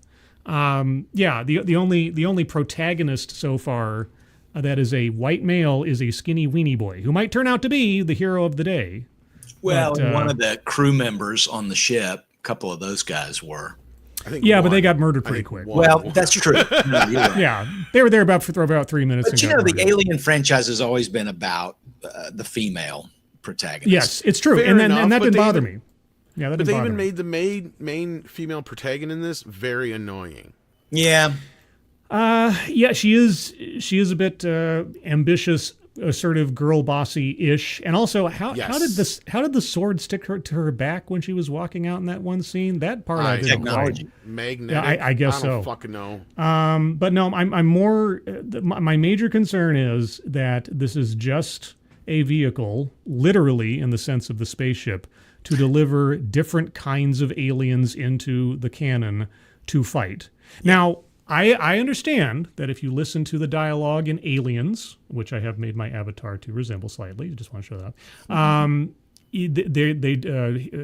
They do talk about this is just another bug hunt, which Yes. indicates that the xenomorphs were not the only creepy crawly aliens that existed even at the time of when Aliens happened. So that does kind of fit in with this in a very mild backlog way. So, but at the same time, I thought, okay, we're gonna have new and different aliens, and when you're a search and rescue team, you go in with your rifles ready to shoot people, which I thought was great. I thought that's what you want from a search and rescue team, is to have their rifles that they're ready to blow people away. Before they even knew that the ship was a research ship, they had their rifles ready. Yeah. Great. Anyway, Tom or Chris, Bruce. But I mean, my thought is, I think it looks good. I think they've done their homework. I think they've understood the assignment.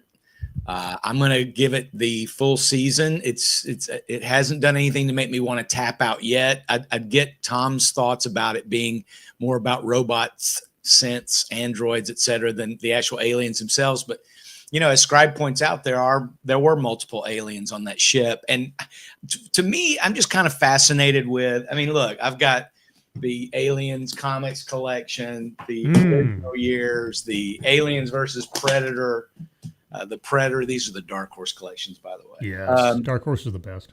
Yep. And my big thing was, okay, how are we getting the aliens on Earth? I understand the idea because it's a cheaper budget, right? But man, they've built these sets out. It looks great. So far, so good. Obviously, they're going to have to set it so that all the aliens that got off the ship are dead by the end of the series, right? I mean, we can't have these things on Earth, but these things did develop, help them develop the tech. So I'm interested in seeing where they go. I mean, maybe they lost their luggage and they just found them and now coming. That would be a Marvel movie, Paul. We're on Alien Earth. Well, This wait. is a bit Marvel like owns Fox, body- or Disney owns Fox. Oh, that's right. Yeah. So there'll be a Thor team up here soon, I'm sure. This sounds a bit like Three Body Problem. Oh, Three Body Problem was an absolute disaster. Maybe the Guardians of the Galaxy will show up and save the day. You like Three Body Problem? No, it was a watched it. disaster. It was an absolute disaster. I can't speak for the Chinese version. I didn't see that. I just saw the Netflix version. The Netflix version is garbage on a train. It was terrible. But I have a whole video on that. Paul, what do you think of it? Of what? Three Body Problem. Slow. Okay. That's Not an endorsement. Yeah. No, it's like watching one of those animes, like what is it? One of the ones which take forever between actual action, and it's all set up. There's a style of anime which I can't stand, like Dragon Ball Z, where it's all filler. You don't mean Evangelion Neon Genesis, do you? Oh my God! Don't get me started on that. No. get me Yeah, but started. slow was the least of its sins as far as the Netflix Three Body Problem. Yeah, it was. Yes, But, it was very much like Yes. Yeah. But as far as Aliens concerned, I've only watched the first episode. I can't help but think I'm waiting for another shoe to drop on it, because where is this supposed to go? Because if the question is, what does it mean to be human with the synths again, which we always have this iRobot kind of thing, which is the question that they had in the first Alien film as compared to Bishop in the second Alien film, and can you have a synth that is human? And now we have, which was before they're focusing on seemingly that the corporations are the masters. And so you have one corporation ship landing in another corporation city, and now they're going for salvage, and now it's like this little war going on. It's like, okay, dystopian, Netrunner kind of stuff. Like, okay, but Capitalism bad. yeah, capitalism bad. Well, again, I'm waiting. That's been the theme throughout the full franchise. It's true. Yeah, no, yeah. You've got the blue collar workers versus the corporation. Yeah. You've got the man versus the guy in the trenches. That's perfectly fine. Like, there's a lot of things in the show so far which are sacred to the Alien franchise that transcend any modern day stuff as or woke stuff. Bishop. I cried when I love Bishop. Yeah. You think about that very first film, Alien. While the alien xenomorph itself was extremely scary, it was really an unsettling moment when you realize that this dude is an android. You know? Oh yeah. Back then, when you didn't know, yeah. Right. Yeah. So, Which is Oh, you mean part Holmes? of my problem. When Holmes turned out to be an android? Yeah. When you didn't know when you didn't know Ash was anything other than a crew member. exactly. Yeah, and their reaction to that, to me, also is a problem with having all this android and cyborg. Good point, Tom. Other crap, and I'm not saying they weren't used to the idea of that, because then you get to Bishop and they treat Bishop like another piece of material or another piece of equipment. Well, it's how long these missions are, right? So you're talking decades of tech that's happening back on Earth. So if you're gone 60 years or whatever. So they're going to have some problems with the timeline for sure. I think this happens 2 years before the Ridley Scott original. Yeah, it's set.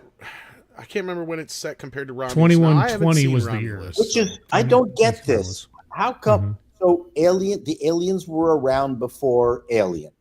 That's the part I have, Paul. That's the part that doesn't make any sense, because supposedly the aliens were first discovered on LV-426, which is the planet that they land on from a distress signal in the first Alien movie. But the alien eggs are already on this ship. Sorry, guys, spoilers. Before it crash lands on Earth. Oh, that's told in the very first few minutes. Yeah. Yeah. So it doesn't make a lot of sense. No, that's part. Well, of that's my obviously the. One of the premises of the series is basically in the beginning of the first Alien movie, Whale and Yutani are already familiar with the existence of the aliens, right, of the xenomorphs. This is the origin of that, how that came to be, how they learned that, and in the process, it's all about androids, because that's what the series has kind of like been building towards under Ridley Scott from Prometheus. It's all about the androids. And we even saw that in Alien Romulus, which actually did a tacit reference to Prometheus and Covenant. So that's canon. And now they're bringing in the synths into the Predator universe as well, which only tells me that this is going to connect to Predator down the line. And the synths I can confirm it will. Connection. Yeah. I, in fact, had it on good authority that it will. Yeah. Anyway, Chris, you're going to say something. Dark Horse did it first, by the way. Absolutely. And better. I will also say maybe all the aliens get killed. I mean, at the end of this series, Wheel and Yutani might go, damn it. We've got to go back. That's not even really the problem, though. I kind of got the impression that they did not know about the aliens in the first film. In the second film, they had an idea of them, but they still didn't quite know. Because here's my issue with that is, why in the world would you send a bunch of people in an expensive facility and all this kind of stuff, where that's the whole reason Paul Reiser's character's going? Yeah. Is that there's a lot of money on the line here. Right? And when they get there, he looks at it as, I need to salvage this somehow, so that's why he takes the alien. And before that, they had no idea about the alien. There was just maybe a possibility, and then that's why they brought in Ripley, because she kept talking about this dragon beast thing on her ship that took out her entire crew, but we think she's crazy and killed him. I can think of a chain of events where this makes sense. Sure. Okay, so I hope so. Okay, let me give it a shot here. Okay, so they put a colony or whatever in LV-426, right?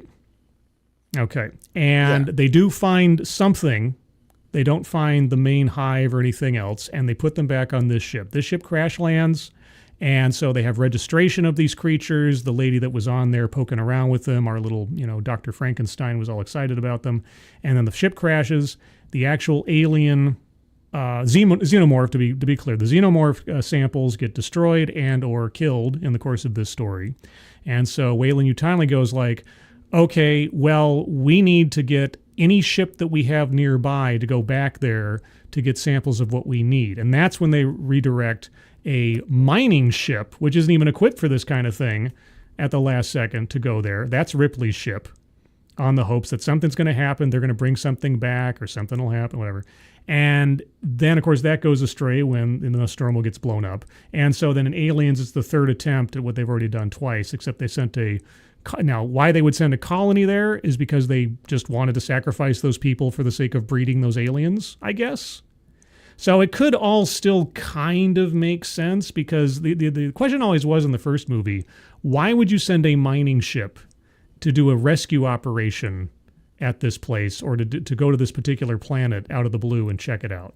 It just doesn't. It never made a whole lot of sense. And of course, the order came from the company. They just got in the first movie. That's the other thing, is in the first movie they just get a random signal. That's why none of that makes sense. Which it could have been generated by Mother. Like, Mother could have generated the signal for them to go to. There was never a signal, and it was all a fake out by the company to send them back to a planet they'd already explored. That's that's the only thing that could make sense to make this timeline work in my mind.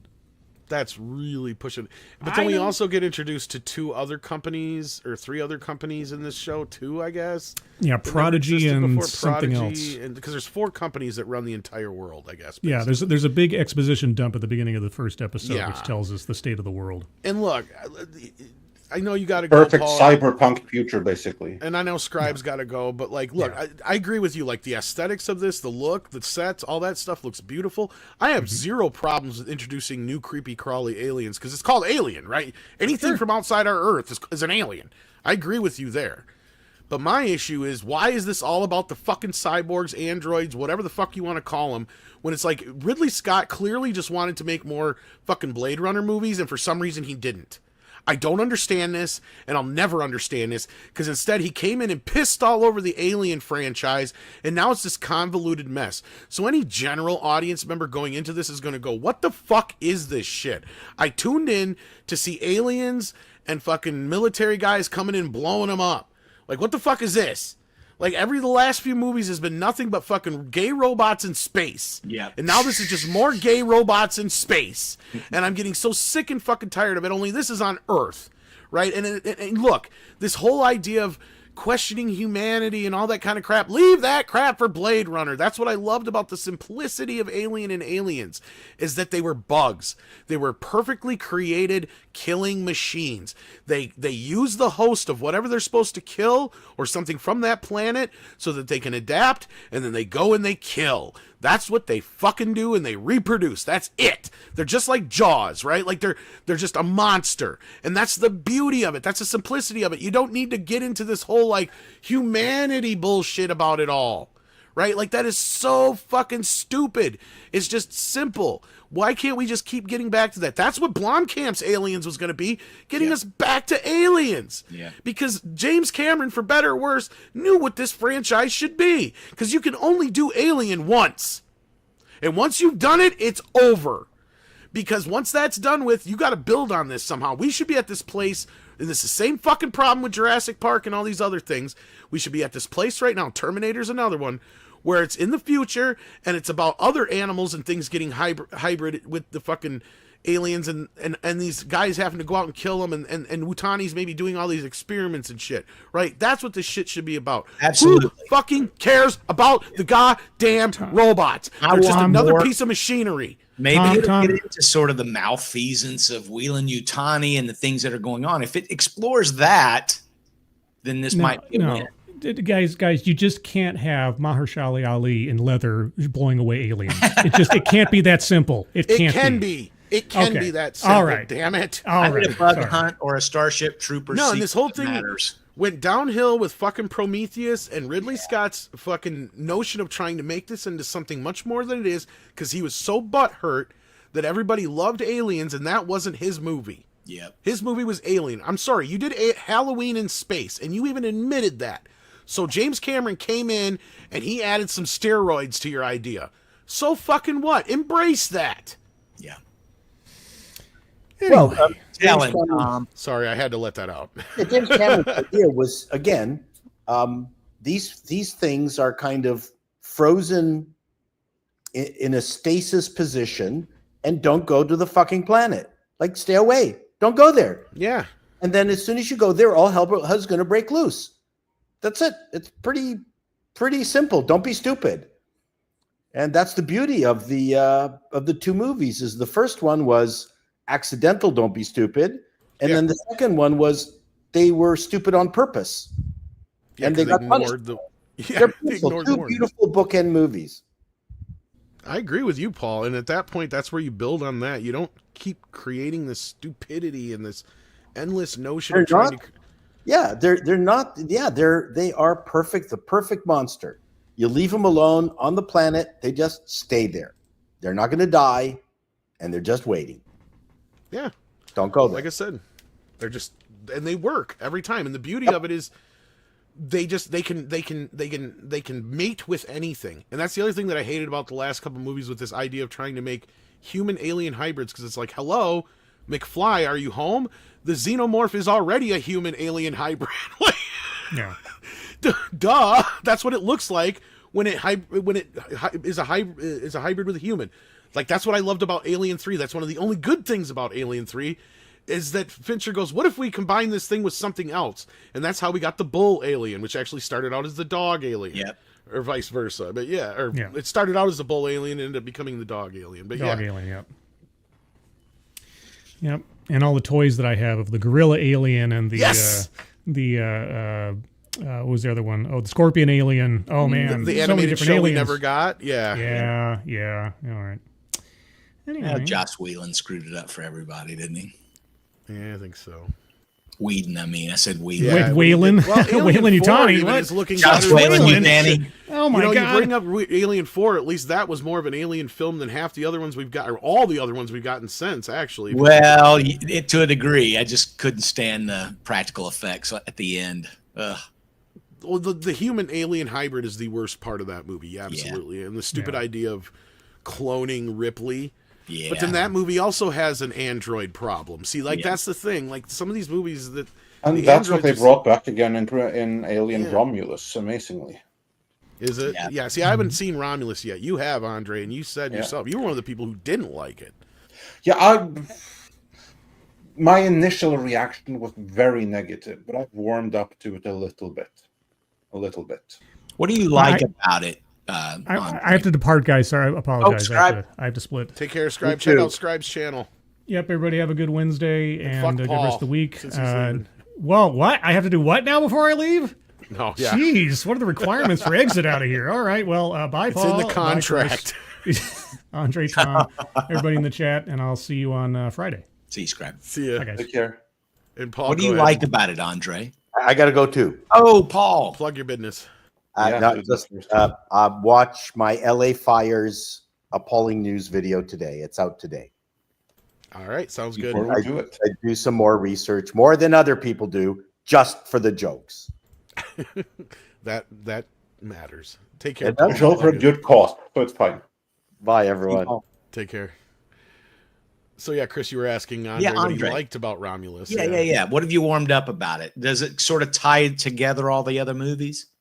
Well, it doesn't tie them together so much as it ties into. Because initially I was kind of like neutral about the movie itself. And what really brought it down for me was that it referenced Prometheus and Covenant. And then when I warmed up was when I rewatched Prometheus and Covenant. But here's the thing. I watched the extended versions of both movies, plus I watched all of the shorts that should have been part of the movies, but that weren't, but that were released on the side, which kind of like fleshes everything out a little bit. When that was done, it gave me a larger appreciation for what Ridley Scott was doing and his thing about the robots. Now, I agree with Tom that it should have been in the Blade Runner franchise and not in the Alien franchise. That's completely wrong way to go about it.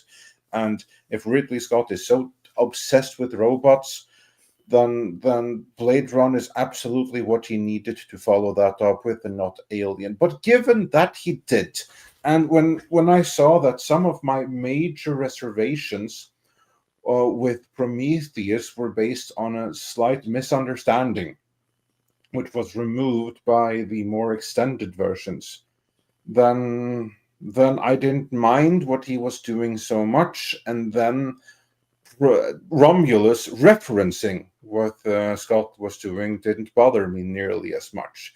And then my appreciation for the movie went up. Now, it's still very mundane and middling and stuff like that. There are some problems with it, but I didn't hate it as much as I did to begin with. Some long explanation, but that's basically what happened. That I appreciated Romulus because I learned to appreciate the other Ridley Scott movies more. Yeah. Okay. All right. Yeah. And me, on the other hand, I just wish Ridley would stay the fuck away from it. Well, he's gonna be gone sooner or later, right? Yeah, but Regardless. his influence lives on because Yeah, now it's you too have other tainted now. people who are obsessed with AI and synthetics and the robots who are running Alien right now. So that's what Alien is right now. It's just stories about robots with the aliens only there as a marketing thing. Kind of like the latter Hellraiser movies, you know, the ones in which Pinhead is in all 3 minutes Yeah. of the movie, but he's in all the covers, kind of like that. I see. That's Yeah. a good example. Yeah. This feels like a Blade Runner script that was retrofitted into Alien. Exactly. That's its problem. And again, I would have no problem with these stories being explored, even in a more futuristic Alien thing. But they have this incessant need that they keep trying to. My issue also is the big elephant in the room is, why is this a prequel? Like, I would have less of a problem because a lot of us have said, yeah, bring the aliens to Earth, but that means after all the events that have happened before, right? Like, I've seen mixed things on exactly where this thing is placed in the timeline. I used to think it was placed before Prometheus, but now I've seen like some claim that it's actually placed after Covenant. Oh yeah, it's definitely after Covenant. I think it's just before or just after Romulus. Is it? No, no. Romulus is between the original Alien and Aliens. Okay, or then it's right It's before far away Alien. from Then that. it's like 2 years If before anything, it's Alien or after something like that. Yeah. Yeah, this show is set 2 years before Alien. Yeah, so then it goes this show Alien, or this show Alien Romulus, then or Alien and then Alien Romulus. Yes, Yeah. that's my understanding. Yes. So basically, it's after Covenant. Then that's where it fits. Yes. Yeah, okay. Did Which you guys makes ever no watch fucking that sense. animated digital series, Alien No. Isolation? No, but I've Okay. heard mixed again on that as well. But I mean, I do know that the guys that are trying to do a lot of this alien stuff and Predator stuff behind the scenes, they want to do good stuff. Yeah. But I'm not even sure Noah Hawley was the right guy to get here for this, because Noah Hawley seems like the kind of guy you bring in for some really kind of like, and I haven't seen his other work, so this is kind of like the He first did thing Fargo. I've seen. That's like his. I have not seen Fargo, but I've heard good things about it. Yeah, the first 2 seasons were good. Yeah, but that being said, now this was a guy who was brought on for a while to do Star Trek and then took off to do this instead. Yeah. And his other show that he worked on. And I haven't This seen is any of already this. better than Star Trek. Yeah, so I haven't seen any of that stuff, but seeing this, I'm like, oh yeah, this guy would be great for like a Blade Runner / sci-fi, kind of like a Westworld type, really, you know, what's the word I'm looking for? Intellectual type. That's not the word I'm looking for, but you know what I mean, like Esoteric. kind of, maybe that was the word maybe I was looking for, kind of sci-fi series, but not for Alien.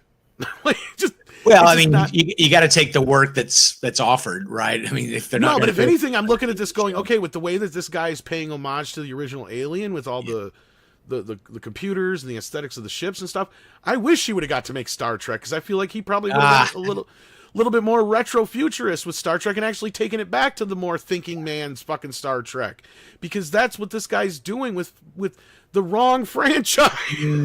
If that makes well, sense. maybe he'll get that. I was just Alien is not your thinking man's franchise, is my point. It shouldn't be. Let's get to the No. Predator quick. There's a reason why the blue collar people were the main protagonists of the stories, because and the man Wutani was kind of always this thing off in the distance, right? Like it would just like that was the kind of story I liked. It's like you see the effects of what they're doing, but you don't necessarily see the puppet masters pulling the strings. Well, I So, think like, the first 4 movies kind of already really explored that, and then Ridley got into the really existential. you're not stuff. wrong. Yeah, I was just looking at a chronology. Apparently, Prometheus was set in 2093. Then Alien Covenant was set in 2104. Then this television show was set in 2120. And then Alien is 2122. And then Romulus is 2024. So it's earlier than Prometheus? That can't be right. No, it's 2124. Yeah. And then Aliens and Alien 3 and Alien Resurrection. I don't know that I don't have the year on that one, but I think it's 65 years after Alien. Is that right? Alien Resurrection. Well, that's like 1,000 years later or something, I was isn't gonna say it? that's a lot more than that, yeah. Because It may be. Yo, you're right. It's set after Romulus. Because Aliens is like 50 some years after Alien, and then like you just said, and then Yeah, Alien- Romulus is a little bit before Aliens. And then, Alien 3, that's Yeah, that like was right another- after. And then I Alien think she's in space for Resurrection. another It's while, like yeah. 200 years later or something. Yeah, like multiple centuries. I Yeah. think so, yeah. And whenever the Alien v Predator stuff was, I don't know. That Oh, technically that does different not count. continuity. That Yeah. never happened. They'll bring it in. They'll But bring at least with the first Alien film, the Yeah. AVP film, it was set up in a way that you could understand that, nobody else knew about the aliens because it was all happening in Antarctica. It was that second one where they literally had them in a domed off town or whatever the fuck it was with all the pregnant ladies to try. Oh God, that second movie is so bad. AVP 2 is like, oh God, you guys are going to the extreme with this one. But this whole idea of like, I wouldn't have an issue with this series so much outside of the android stuff if it was just set in the future, right? Like the alien finally found a way to get to Earth, right? Or Wutani finally found a way to smuggle the alien to Earth, right? That would have been fine with me. It just, to me, there's just so much of this pretentiousness to the series as well that is really off-putting. That doesn't make it like, because even the beginning it feels like they're trying to recreate stuff from the first Alien movie without giving us the substance, right? Like, and that's my other issue is like, okay, we're introduced to the the diversity crew on the ship just in time for them to die off screen, right? Like, to me, it's like you didn't get to know any of these characters, and you could have spent a whole episode just with them on the ship, right? Like that's what I'm saying. Like, I mean. To me, it feels like they're trying to rush towards something else that has nothing to do with the aliens, probably, and more to do with this fucking android shit. And I don't care, because that's clearly what they're setting up for. Because, the other issue that people are having, and this is a minor spoiler, is that they're putting a bunch of minors into adult robot bodies, right? And this is where we were talking about the hormones and the emotions and the whole idea of, is it just transferring somebody's memories and their ideas, or is it their soul? And all that part of it too, and that's kind of, you can tell that's what this series is going to be bogged down in. Yeah, maybe. I hope not. Well, it already has kind of started off that way, and that's why I quit watching the second episode, because that's all it was so far. I'm just like, I oh, haven't fuck seen the this. second episode yet. I'm just so tired of this. Just like, get us past this stuff. We get it. You got the super crew, right? Because that's what these kids basically are. Is they're synthetic humans, basically. They're human emotion, brains, whatever. Although we had the debate about the emotion aspect of it, but like they're in an adult / android body, so they basically are superheroes. And so you have like the Avengers team that can go in and fight these aliens, is what it's setting it up for. I can see it already, but it's going to be all about, is it even right to do this? Because basically they are killing these people when they do this. Is another aspect of this. So it's got all these other kind of things going into it. You're like, why is this shit even in an alien show or film? Like, this is not Aliens to me. This is more, should be something that's in Blade Runner, sadly. And it would have probably worked just fine in Blade Runner. In fact, there could be a Blade Runner TV series exploring these very concepts.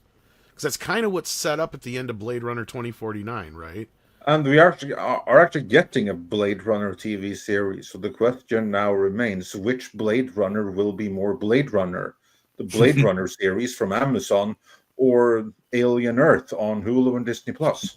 Yeah, and then there's all these Peter Pan references, which makes the whole kid thing even more weird. And yeah, a bunch of people in our sphere are already kind of making the jokes and comments about this, right? So, yeah, and which episode do they start exploring their sexuality? I can't wait for that one. Because,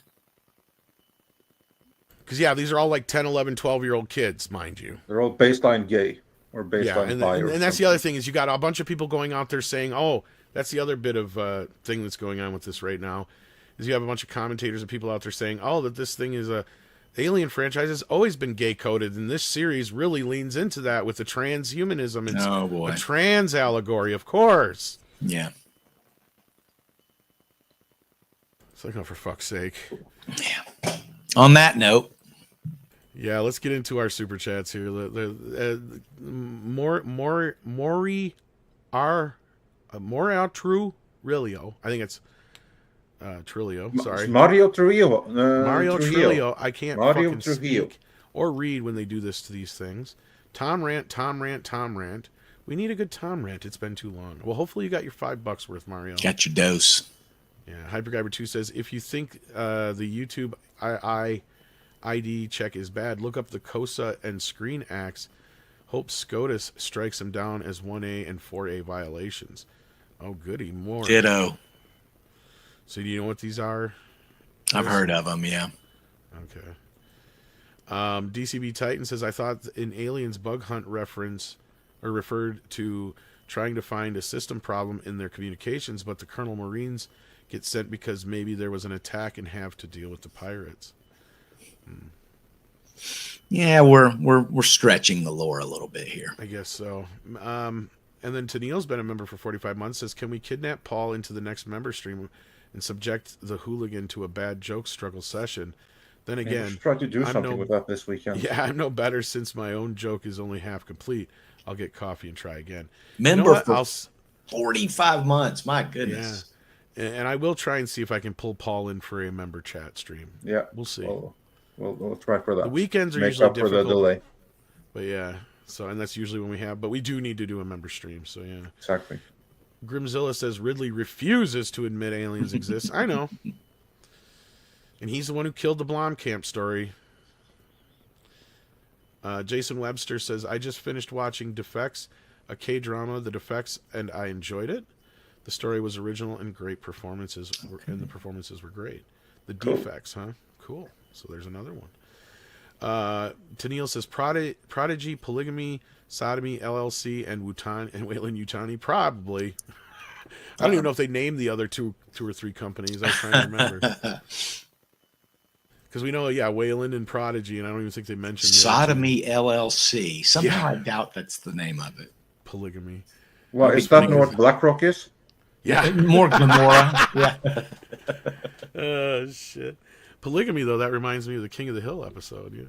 Yeah. Great series. Yeah, we're going to get into that in just a few minutes here. If you got some time still, Chris. No, I got to bail after these. You got to bail? Chats, okay. yeah. So Miller says Kurtzman is out. United is in development. Oh, well, I haven't heard anything to this effect, but hoping there's some news announcement. Yeah. That is news. We look forward to hearing more about this. Yeah, so before you do go, Chris, did you get a chance to see the new King of the Hill yet? Just the first few. Yeah, I'm loving it. I've seen the whole series. I freaking love it. It's amazing. Well, I actually watched it on Andre's recommendation. I was worried it was going to be woke. Yeah. Yeah, no, Andre it's and I'll not talk far a little from bit it. more in depth about it, but let's get your impression real quick before you leave. Oh, I think if you're a fan of the original, you've got to watch this. It's one of those rare legacy sequels that really kind of honors the original in a way that is refreshing. Not only honors it, it continues it in a very natural, respectful manner that you can see like, yeah, it wasn't quite what I was expecting, but I can see how this is a very realistic continuation that you totally buy from, yeah, this is the same canon, nothing has changed.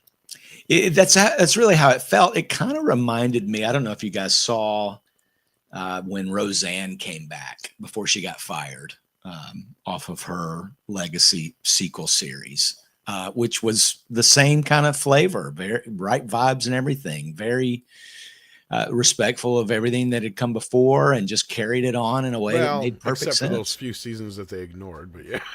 Well, come on. But yeah, they did the right thing by ignoring those seasons, right? Mhm. Like, I mean, that's the truth. But in this case, they didn't have to. But yeah, They didn't no. have to. No, Judge made Yeah. a good solid series to start with. Yep. Yeah, so with that, unfortunately, you do have to leave us. I do, but, yeah. Hey guys, check out Chris you know over where at Boss, you know the Bleeding Fool deeds. News. And, Bleedingfool.com at Bleeding Fool. The current hot story right now is, and I'm just refreshing right now on the traffic, is our Alien Earth review, which our reviewer loved it. So some people might. I'm not going to I think we get a little more granular here, and Karina is not as granular at all. You know, she just is enjoying what she's seen so far. And that's the current hot story. We're also promoting some indie comics that are crowdfunding on the cover, and how Skybound Comics just fed The Walking Dead's Clementine to the culture war. That's our hot blog right now. Yeah, they went right. woke. So we'll check that out. And then stick around, kids, because we're going to talk some more King of the Hill. But head on over to Bleeding Fool and see what they got going on over thanks, there. guys. I'll talk to you soon. Chance. Take care, Chris. Take care. Thanks for joining. So yeah, Hulu / Disney is seemingly having a success with King of the Hill, Andre. Yeah. Well done. They're boasting 4.4 million viewers on the first or views, I should say, on the first episode for the first week, which is nothing to really scoff at nowadays, although that wouldn't be great back in the day. But it sounds like it's good for Disney, considering it's their biggest premiere in 5 years for adult animated entertainment. And as you and I have just let everybody know, we've both seen it. And much like the Beavis and Butthead revival, I gotta say, yeah, Mike Judge hasn't lost a beat. Now, I mean, I was never as big of a fan of King of the Hill as I was of Beavis and Butthead, so I can't really speak to it as far as like from an Uber fan. But yeah, I thought it was pretty good. There's always been a slower nature to King of the Hill than Beavis and Butthead, but I think that's just because of the fact that it's, you know, a southern character told in a southern place, and you know, there's kind of a slowness, that southern slowness to it at times. Well, there's the two very different things, though, because like Beavis and Butthead, that's more satire and social commentary. Yes. Whereas King of the Hill is an actual series that does some of the same things, but we do it with the series that could have been a live-action HBO drama. Yes, that is it's more sitcom-y. Yeah, exactly. It's more sitcom-y, but when it's fundamentally, it's a drama. It's a drama with funny moments. Yeah, you're not wrong. And in that to me is why I just kind of realized watching this revival is why I enjoy Beavis and Butthead a little bit more, because Beavis and Butthead is very, you know, constant in your, you know. It's there to make you laugh. Absolutely. Like, it's just King of the Hill is there to make you engaged. Absolutely. And that's there to make you think. And this is where, you know, Mike Judge is always kind of one of the best at what he does. And even when it's some of his films or other shows, like I do need to catch up on that one show he did about the computer guys. But I think he's still got it. And I'm glad to see that he's getting the revival. I think it's already got another season that they're supposed to be doing for this. Plus we got the third season of Beavis and Butthead coming up. But so far, what have you thought of the series overall? What's been your favorite episode and stuff like that? I don't know. Like I kind of like binged them all together over 2 days. They blend a little bit together. I think probably my favorite of them all was the one with it's the family episodes, the one with the beer competition. I thought that was a really good one. Yeah. Is that the same episode where Bobby was also struggling to get coal because he wasn't Japanese? Yes. Yes, that's what I thought. Or no, I think that's the episode after it. I think you're talking about. Well, that's episode what 2 I and mean. Like 3. it blends Yeah. together. It's difficult to See, yeah, I did the same say- thing. I binged it in like 2 or 3 different like watches too. So I think, I think that's episode 2 and 3 mixed. What we're mixing together. Yeah. Yeah, If I'm not mistaken. and anyway, those were like really strong moments because there you kind of like have a little bit of the social satire, and that's the commentary on the wokeness that's been plaguing America for the last few years. Because here you have Bobby. I love what they did with Bobby, by the way, who is now who was like this troubled little kid, and now he's starting out, but doing an amazing start as a chef of You know his what I've own noticed is restaurant. he's kind of slowly becoming his dad, or Yes. he's realizing that he's his dad And that's a good thing. in his own way, right? Like the way he Yeah. is about his chef stuff is the way his dad is about propane and propane accessories, and then just kind of his worldview, and especially comes to the front in the episodes where he's confronted with relationships, like his whole thing with Connie, and then the open relationship stuff, and then he gets in that one relationship for like 2 episodes with that vegan chick. Yeah. And those are the episodes where I really started to notice, oh my God, Bobby is turning into his dad, which is, usually how these things go. But and the that's subtle and way I that think Mike is doing it is fantastic. great. Yeah, but also like with this beer competition, because in a way, it goes to show that the student has become the master. The world has kind of moved on, and Bobby Hill is the one that knows everything about beer today, and not his father, even though he's been drinking beer for 40 years. Well, the I point just is thought his dad hasn't drank anything but that beer. exactly. Yeah. And he and his friends, they love the one that he brewed, and Bobby and what's his name, the Gribble kid who is John Redcord's son. Remember his name? I just forgot his name too, but yeah, I know what you're talking about. Yeah. Yeah, exactly. Anyway, they were like, yeah, no, this stuff is of the past. I thought that was really cool. Yeah. Also, it was brilliant, this moment where Gribble Jr., who isn't biologically Gribble Jr., but evidently thinks he is, when he was complaining of, dude, I'm a white man and I have no opportunities because I'm white. Well, the funny thing is also in the series, he's also his father's son. Even Yes. though he's not Redcorn. I mean, yes, biologically he's Redcorn's son, and there's spots of that poking through, but you also see him acting like Dale all the time Yeah. too. Exactly.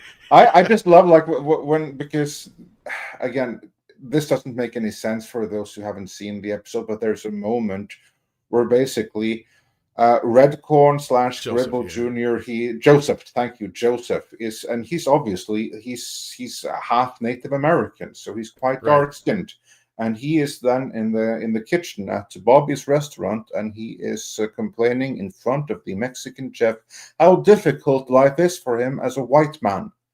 And the Mexican is about to point out, dude, you're not white, and Bobby just raises his hand and stops Just like, him. yep. I just thought that was so fantastic.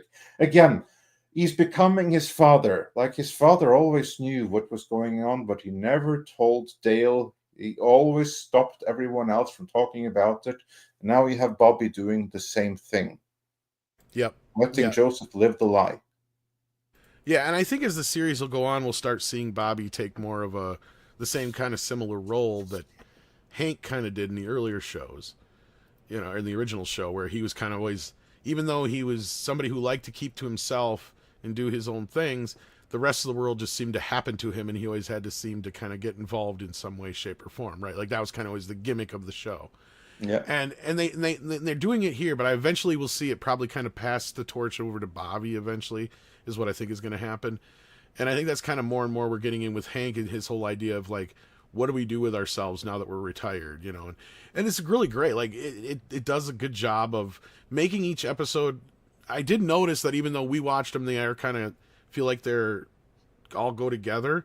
You could still watch them individually without having to see one before the other. Usually, like there's nothing to them that makes you feel like the only thing you need to know is that they have been gone for a while, right? The main setup, and that's pretty much it. And that's kind of told to you in the intro. And that's music. a brilliant setup as well. Yeah. No, I agree with you. Go ahead. Yeah. No, because basically it explains how you can still observe the madness of the world through the eyes of Hank Hill, because he has been in Saudi Arabia, very conservative country, on an American base in it. So he's been shielded from everything that's been going on in America for maybe the last 5-6 years or so. Yes. Yeah. Which was a very efficient way of doing it. But what I also meant is during the opening musical montage, you literally get the last 15 years in that montage, right? And you get, you know, him moving away, and then you see the other guy that was living there for a while without the guy, you know, and then just you get all that kind of there, and they do dress it enough in each episode to where, oh, if you didn't see episode 1, 2, and 3 and just came in episode 4, you would know what's going on, because they do a pretty good job with that. Like, Mike still has that in him, that old school television thing, and that showed through in Beavis and Butthead as well, right? Like, the only thing Beavis and Butthead is, like, I do recommend people see the movie to kind of get the concept of 3 Beavis and Buttheads, because other than that, the show is just kind of like, okay, you know, you kind of get the idea. Otherwise, it's pretty simple. So, and it's the same kind of thing here, just picks up where it left off, only they've been gone for 10, 15 years or whatever it is in the initial start. I can't remember how many years, however many years it's been since the show's been on the air. And you're right, it tosses them back into this world of Texas that he's been away from, and how Texas has changed, how the world's changed. It has the Hills facing some woke elements head on. Even the Manosphere episode was actually a pretty good episode. I thought that was kind of great. How Hank thought that with his brother, his younger brother, how he thought that was this, you know, cool thing, until he realized all these guys are doing are blaming women for their problems. That was probably my favorite episode, besides, like, I did like the one you said, but that was probably one of the ones that stuck out more for me personally than the other ones. But, like, yeah, I recommend it if you haven't seen it already. Sorry if we spoiled a bit too much, but check it out. And it's gotten me wanting to watch the older episodes, especially the ones that I never got to see, because they treated the show so badly on Fox. But yeah, was fantastic. Comes highly recommended. So there you go.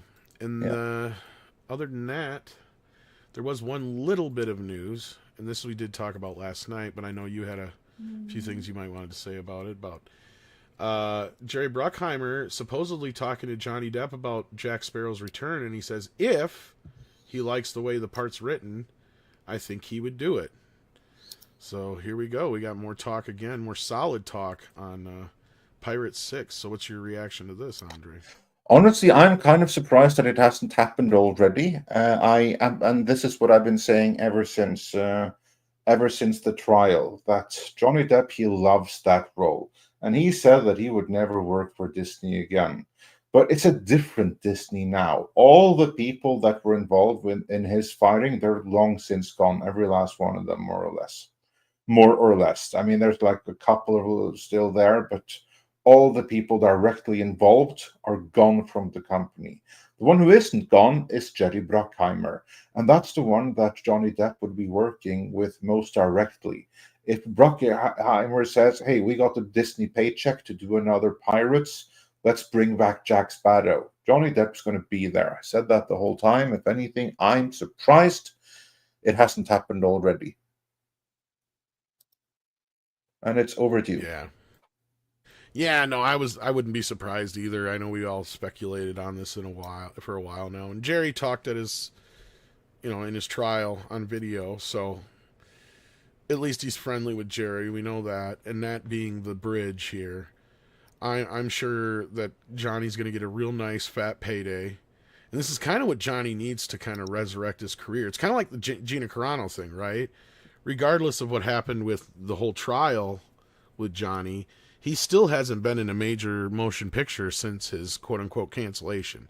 Yes, he's done movies, but he hasn't done a big, huge studio picture where he's been the big star yet. So doing a Jack Sparrow would help him in that respect. And I don't know how many years he's got left to play a character like this either. So they should probably get their asses in gear, because the man's not getting any younger. And as much as he loves this character, I'm sure it takes a toll on him.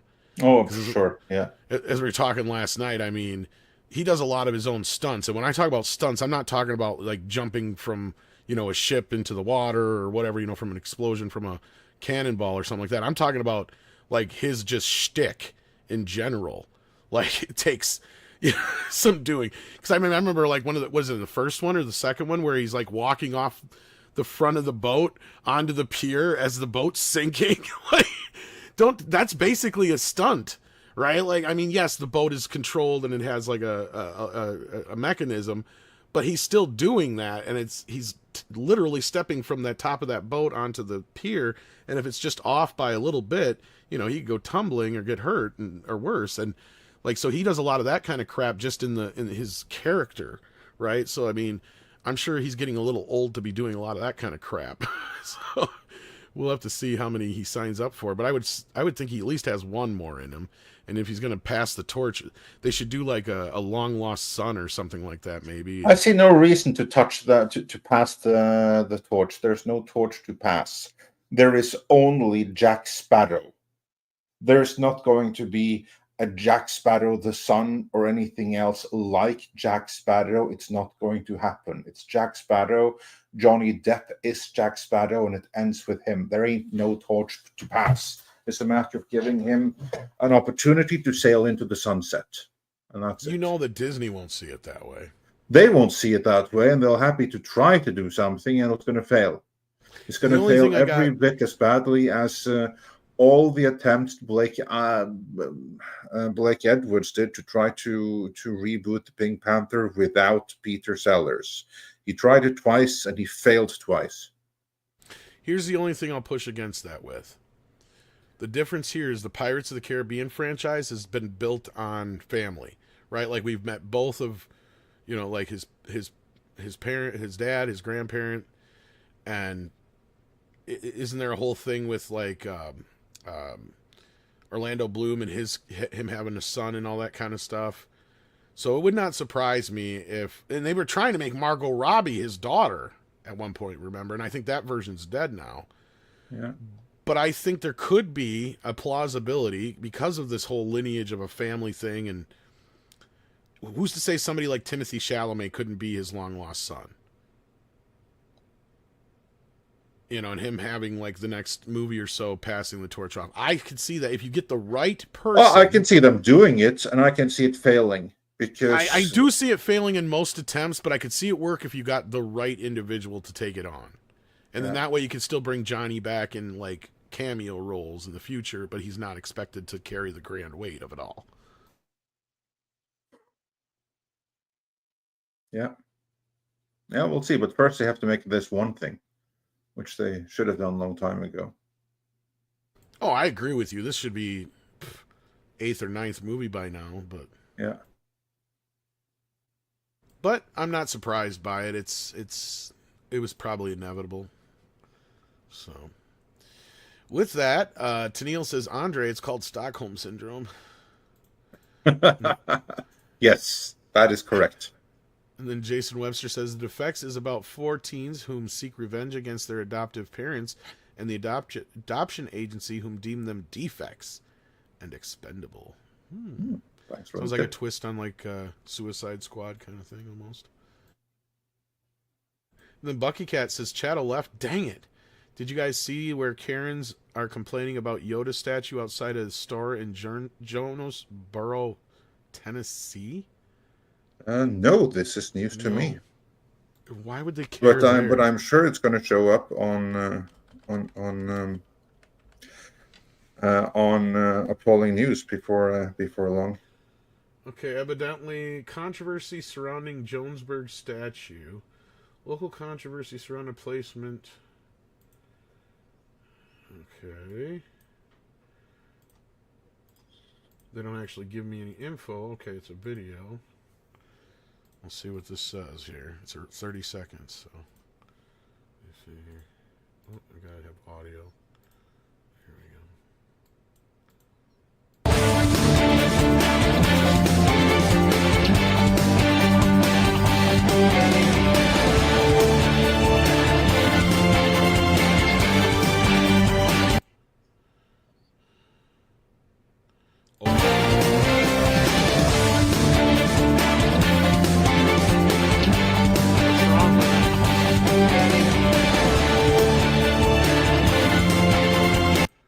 it's not right in the walkway or anything, is it? Like, I don't get what the issue is.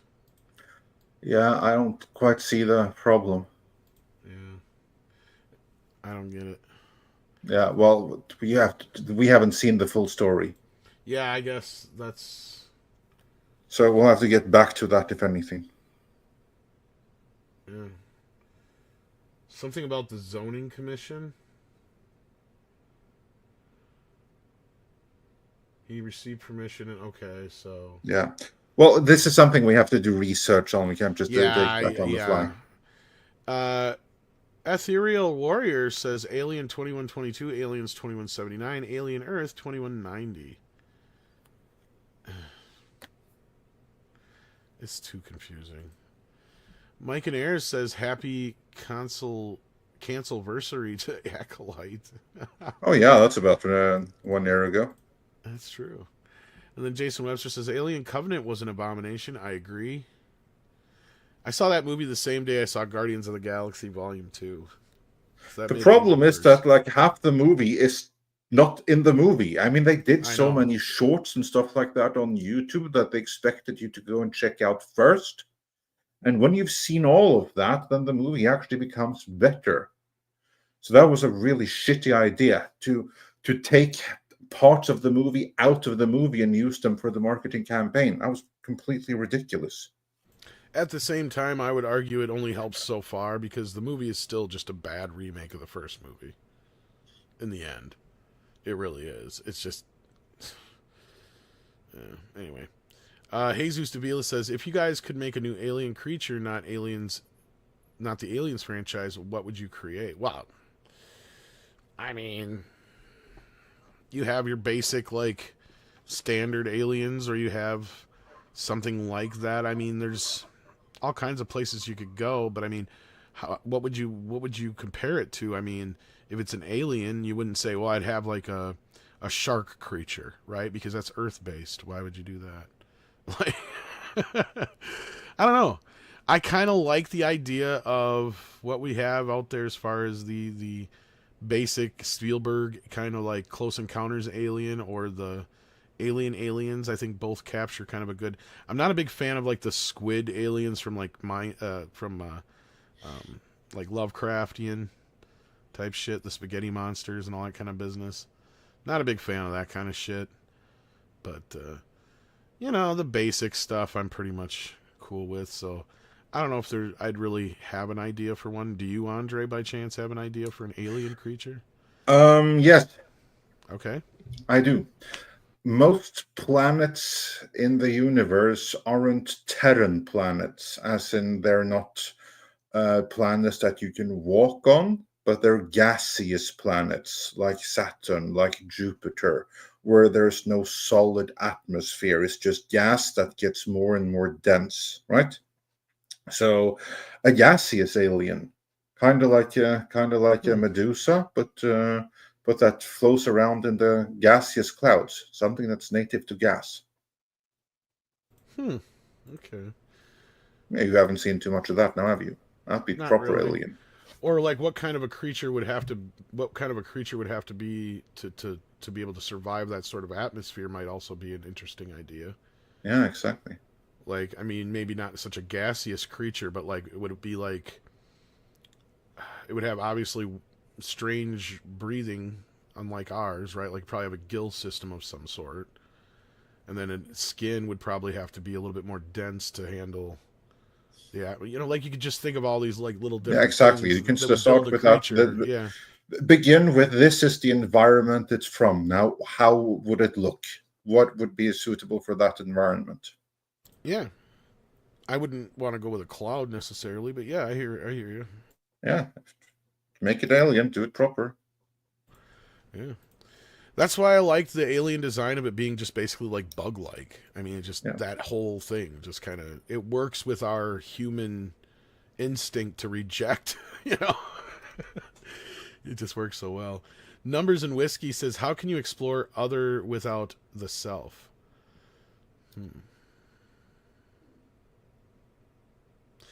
So, are you? This seems very psychological. Am I missing something here? I think what he's and this is I think response to my criticism.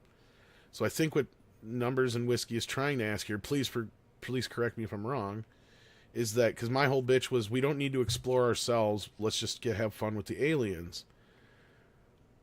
To a point, you're not wrong, but like we have gotten so into it that it's masturbatory at this point.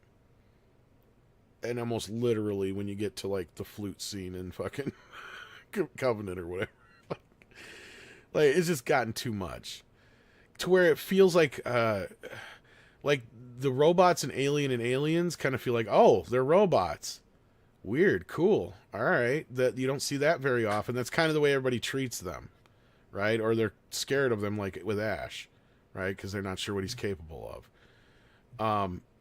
In this respect, they treat him too human, too questionable. It's just there's too much. It's too getting into the idea of what it is and all that kind of business. I can explore it even simpler. You are doing what they're doing is philosophical discussion on treaties on what it means to be human and the human experience and the fear of death. Whereas the only fear of death that you should have in the Alien movies is the fear of being killed in the vacuum of space and by a freaking giant insect alien that's going to either burn you with acid, claw you to death, or eat you. Or turn you into an incubator, exactly. Yeah, exactly. It's the same, it's kind of like the same basic fear as drowning and being mauled by a huge predator. That's what we're dealing with here. There's no need for any further exploration of the self. You already know this. You have these primal fears, and that's really all that's needed to put into the other and do a series based around that, rather than doing not even any kind of realistic thing, because that's like the thing. It's just meta bullshit about immortality and stuff like that. That's kind of like what I hate with half of this Hollywood trite that tries to be important and make some kind of statement or something about the human You're condition. You're gonna really hate this show. But you're basically explaining the show, Andre. I haven't even seen it. I'm just saying in general now. And then Hollywood does these completely way out there concepts about superpowers and immortality and bullshit that doesn't keep going. Mean you're anything, just explaining the show. Anything at all in the daily lives of any humans that ever lived or will ever live. It's just philosophical bullshit. You haven't seen the show, but what you just explained is the show. Right. I mean, and the funny thing is that the only thing that's worthwhile discussing there was already explored in the Epic of Gilgamesh, which is the oldest written story in history. Even there, they explain, because the whole thing is really about King Gilgamesh and his fear of dying, and he wants to do everything to avoid it. But death comes to us all. And it's a matter of just leaving your legacy behind because your life will end. Deal with it. Yeah, that's what we were done discussing that like 6,000 years ago. There's no need to revisit it. That's pretty much the whole thing with the androids become like the transference thing, right? Yeah. Like, yeah, it's this whole idea of being able to be immortal. And then you even have to bring have up the watch superhero parts because, like, they're literally setting up these fucking transferred, whatever you want to call them, hybrids, to go in as like a superhero team to help fight the fucking aliens. It's so like, and all the shit you said, it's just like, oh my god. This is like what I think is like the most pretentious Hollywood gets is when it deals with some kind of theme that is completely, utterly out of this world, that does not relate to anything in your life or anyone else's. Just a pure philosophical bullshit thing you have to dream up. And that's not worthy of that kind of treatment, I think. And that's where James Cameron got it right with Aliens. Keep it simple, stupid. Yeah. You want to do this philosophical bullshit? Go over to Blade Runner. That's where it's meant to be. you know? That's where you can have that. That's and also let's not forget Blade Runner was written was based on the novel Do Do androids dream of electric sheep? From the author. What's his face again? Oh, I'm trying to forget.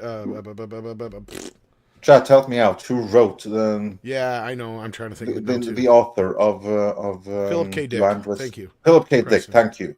Anyway, Philip K. Dick. All he wrote about was this thing about what is real and what isn't, and that's something that he could relate to. You know why that is, Tom? You know why he could relate to those themes about identity, what's real, what does it mean to be human? Because he was gay? I don't know. No, because he was fucking insane. That would be my second guess, maybe. He was suffering from a bunch of personality disorders, and he was a fundamentally warped individual who was psychotic. Simple as that. I'm pretty sure like Lovecraft wasn't all there either. Like you don't come up with that kind of shit after a cup of coffee. I mean, like, Yeah, exactly. But still, Yeah. Lovecraft was better because that's still Yeah. based on the fear of the dark. What's inside of that cave that you cannot see? That is still some primordial human fear, right? absolutely. And then it's just a matter of like what kind of thing can your imagination conjure up that's inside of that dark, which is why everyone fundamentally is afraid of the dark, because there might be some monster there lurking to get you. That's what Lovecraft is all about. Now, obviously, he had a bunch of neuroticism and stuff like that as well. But Philip K. Dick, he was textbook insane. Yeah. And that's why his writing had those themes, because it's the ramblings of a madman with a struggling grip on reality, who just so happened to be a great writer. Now, that doesn't mean that any of his philosophical themes are of any interest to anyone with any kind of touch with reality. That's something that Hollywood isn't aware of, which is why Hollywood is the only place where you get that kind of cinema, where you get these completely out there, ridiculous, spaced out themes, and they think it's profound. No, it isn't. It's entertaining, to be sure, but it's the visions of madman. It has nothing to do. It teaches nothing about the human experience. I wonder if you'll have a similar reaction to me, because you just explained my reaction, right? Like, to me, I felt like I was watching this overly pretentious thing that wasn't nearly as clever as it thought it was. And that's why I shut off the second episode, because I'm like, I can't take this shit anymore. Yeah. It almost reminded me of Discovery all over again, just not the same way. It's a different kind of thing, right? Because this isn't a prettier package, right? Unlike Discovery. And maybe I'm also wrong that Noah Hawley could have handled Star Trek. I don't know, but we'll never find out. We'll never find out. But I've been willing to give him more of a chance than this shit. But yeah, Valentine Puppy Poe was the same way, and I agree. I get where Andre's coming from, and I've never read the book, but yeah, all those themes that you're talking about, they can be explored in Blade Runner much better than here. Yes, right? and also here's the thing with, and here's the thing. I think that Blade Runner is a great movie. I love Blade Runner. You all know that, but I'm the first to admit that all of the themes, the philosophy, it has absolutely zero relevance on your life. There is not one thing that you can take away from Blade Runner. There's not one lesson you can take away. It's just a purely intellectual. Oh, we lost you. I think you can use to make your life better. There's not one insight that's going to, I can relate to that. Ain't nothing there, because it's from the mind of a madman. Well, one thing I hate about Blade Runner, at least, I mean, look, I don't dislike the movie. I get it, and I get why people. I love it, but never forget that. But my issue is just like people are like, you just don't get it. It's like, no, I totally get it. It just doesn't mean that I don't think it's stupid. Or at least, okay, let me take that back. It's not that I don't think it's stupid. I think it's told in an overly pretentious way. Does that make sense? Like, because the baseline is basically a robot asking, am I human? And through this guy who's supposedly a Blade Runner, the real question is he even really human? Right? Like, that's kind of the baseline story of it. And I didn't need it. That's what it is. That's what it is, right? I got that from the initial viewing, but it's kind of like the same thing with certain other films that remain nameless right now that we won't bring up because I have enough issues with them on X. But like where, yes, I get what you're trying to say, but you're doing it in such an overly pretentious way that you're treating the audience like they're fucking idiots. and or like your plane of existence is so much higher than where they are. And you were That's the a first bigger person to problem. think of this thing. Actually, Yeah. it's better if you treat the audience like they're idiots, because then you'll make it simple. Then you'll be under no pretension of what this is. Yeah, let me And rephrase that a little bit. But yeah. yeah. It's this Uh, how w- they think you're above, and they think they're the first ones to think of this clever thing. That's my point more so. Exactly. When they think of the audience as philosophers who are down with their amazing thoughts about what it means to be human, what does it mean to be a superpowered being in the cosmos, what does it mean to be a god? These are all ramblings of insane people. There is nothing of this that has any kind of relevance to the lives of anyone. It's sheer entertainment. And the moment that you forget that, the moment you start to think that, wow, now we are saying something profound of what it means to be God, you're completely lost. And you may make something very entertaining, which is what Blade Runner is, which is what a few other things is, but thematically, there is nothing to relate to in it. And the moment you think so, I mean, this is something that afflicts only Hollywood. Nowhere else Yeah. will you ever get something like this. This comes from the crazy people in California. No one else. You don't get this in a cinema from anywhere else. You don't Just even get these all I'm insane saying. talks in fucking weed shops. I'll tell you that right now. Yeah. And if you think of anywhere they're going to be, is either that or a comic book store. And no. Yeah. But anyhow. And to be sure, I think it's very entertaining, but like this is what I mind with things being pretentious. Yeah. But that being said, Jason Webster says Ridley Scott has gone from acclaimed director to retcon Ridley, who can't stop sabotaging his own films with inane, boring sequels. Well, not just that, he can't even leave the originals alone. He's got a director's cut for every one of his movies. Even Except Alien. for the one that really needed it, which is Prometheus, where you actually have well, to go and get to fan-made give it extended time. editions, which are better. Give it time, Andre, because he'll be like, yeah, that was my intention all along, so we need to fix that. No, like, even Alien, that was the one time he's like, I don't see a reason for there to be another cut. This is my director's cut. And the studio's like, yeah, we just want you to spruce it up a little bit for the anniversary so we have a reason to throw it in theaters. And he's like, all right, whatever. So he cut out one scene, added another scene, and changed the color timing.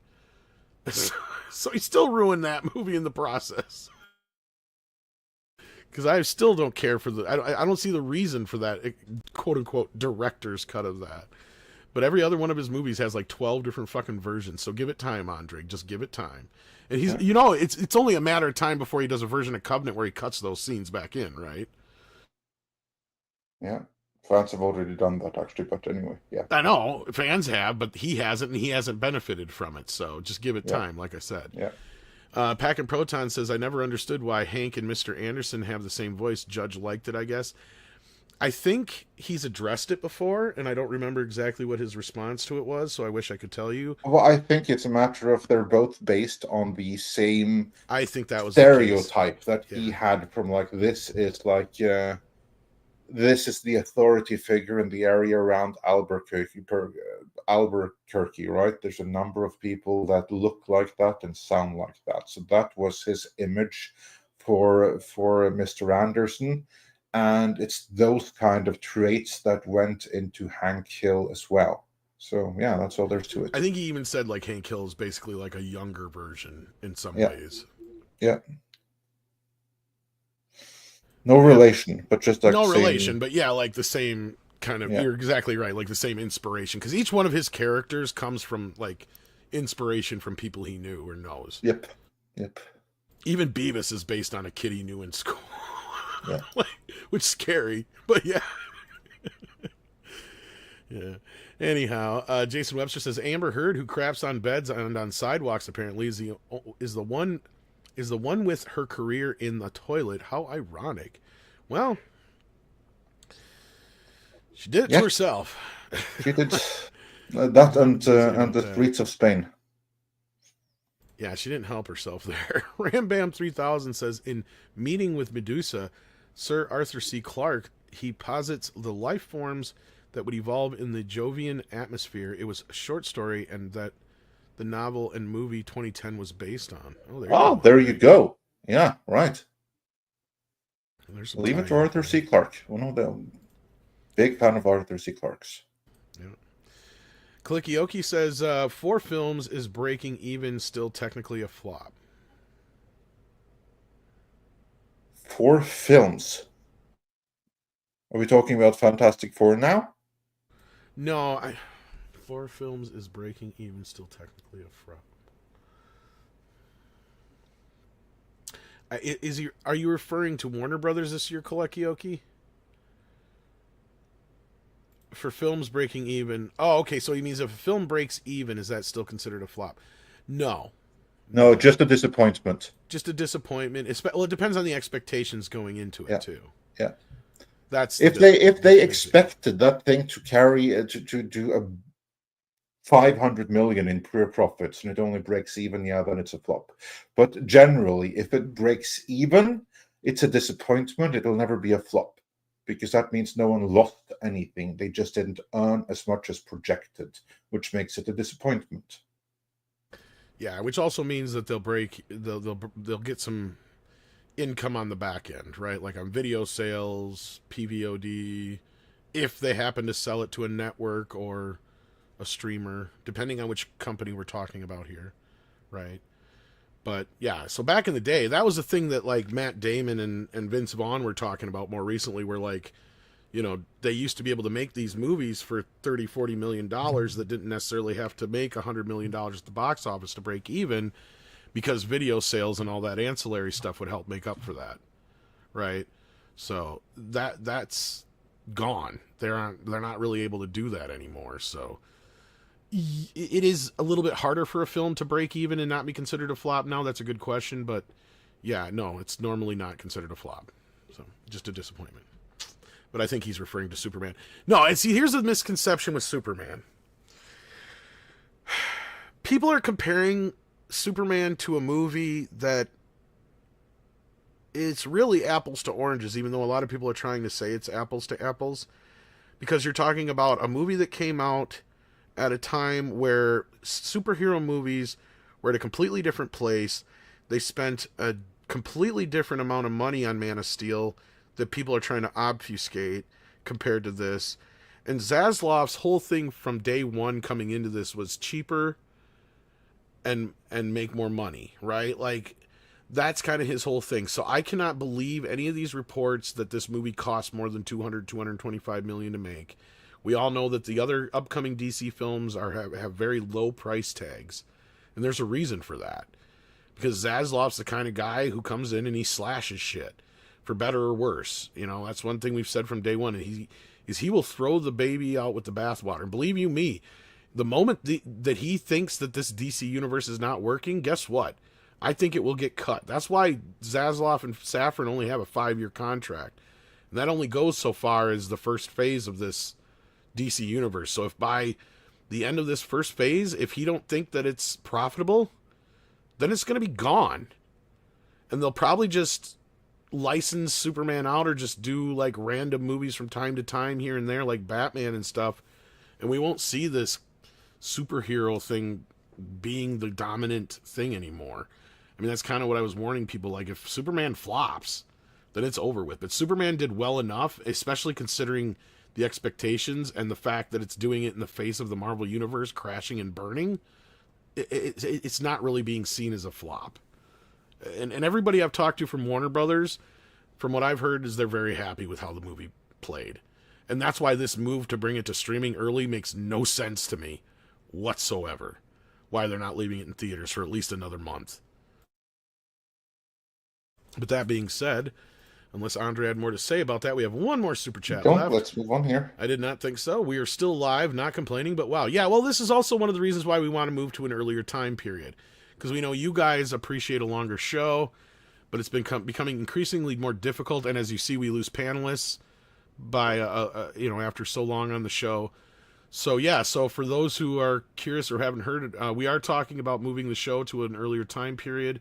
We'll be letting you guys know more about that in the future, but we just want to kind of give everybody a heads up now to kind of get ready for it, because for various reasons we're going to be doing that. But so keep that in mind. But yeah, one of them being so we can give you a little bit longer shows when needed.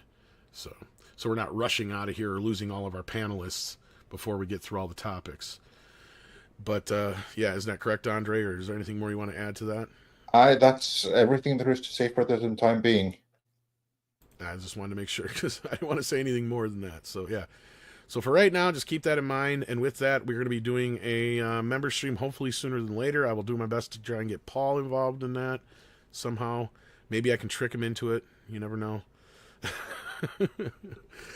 But with that, Andre, as you always say, It is time to bring out the koalas in the rain. Koalas in the rain, koalas in the rain, no fucks given. Koala, koala, koalas in the rain, koalas in the rain, no fucks given.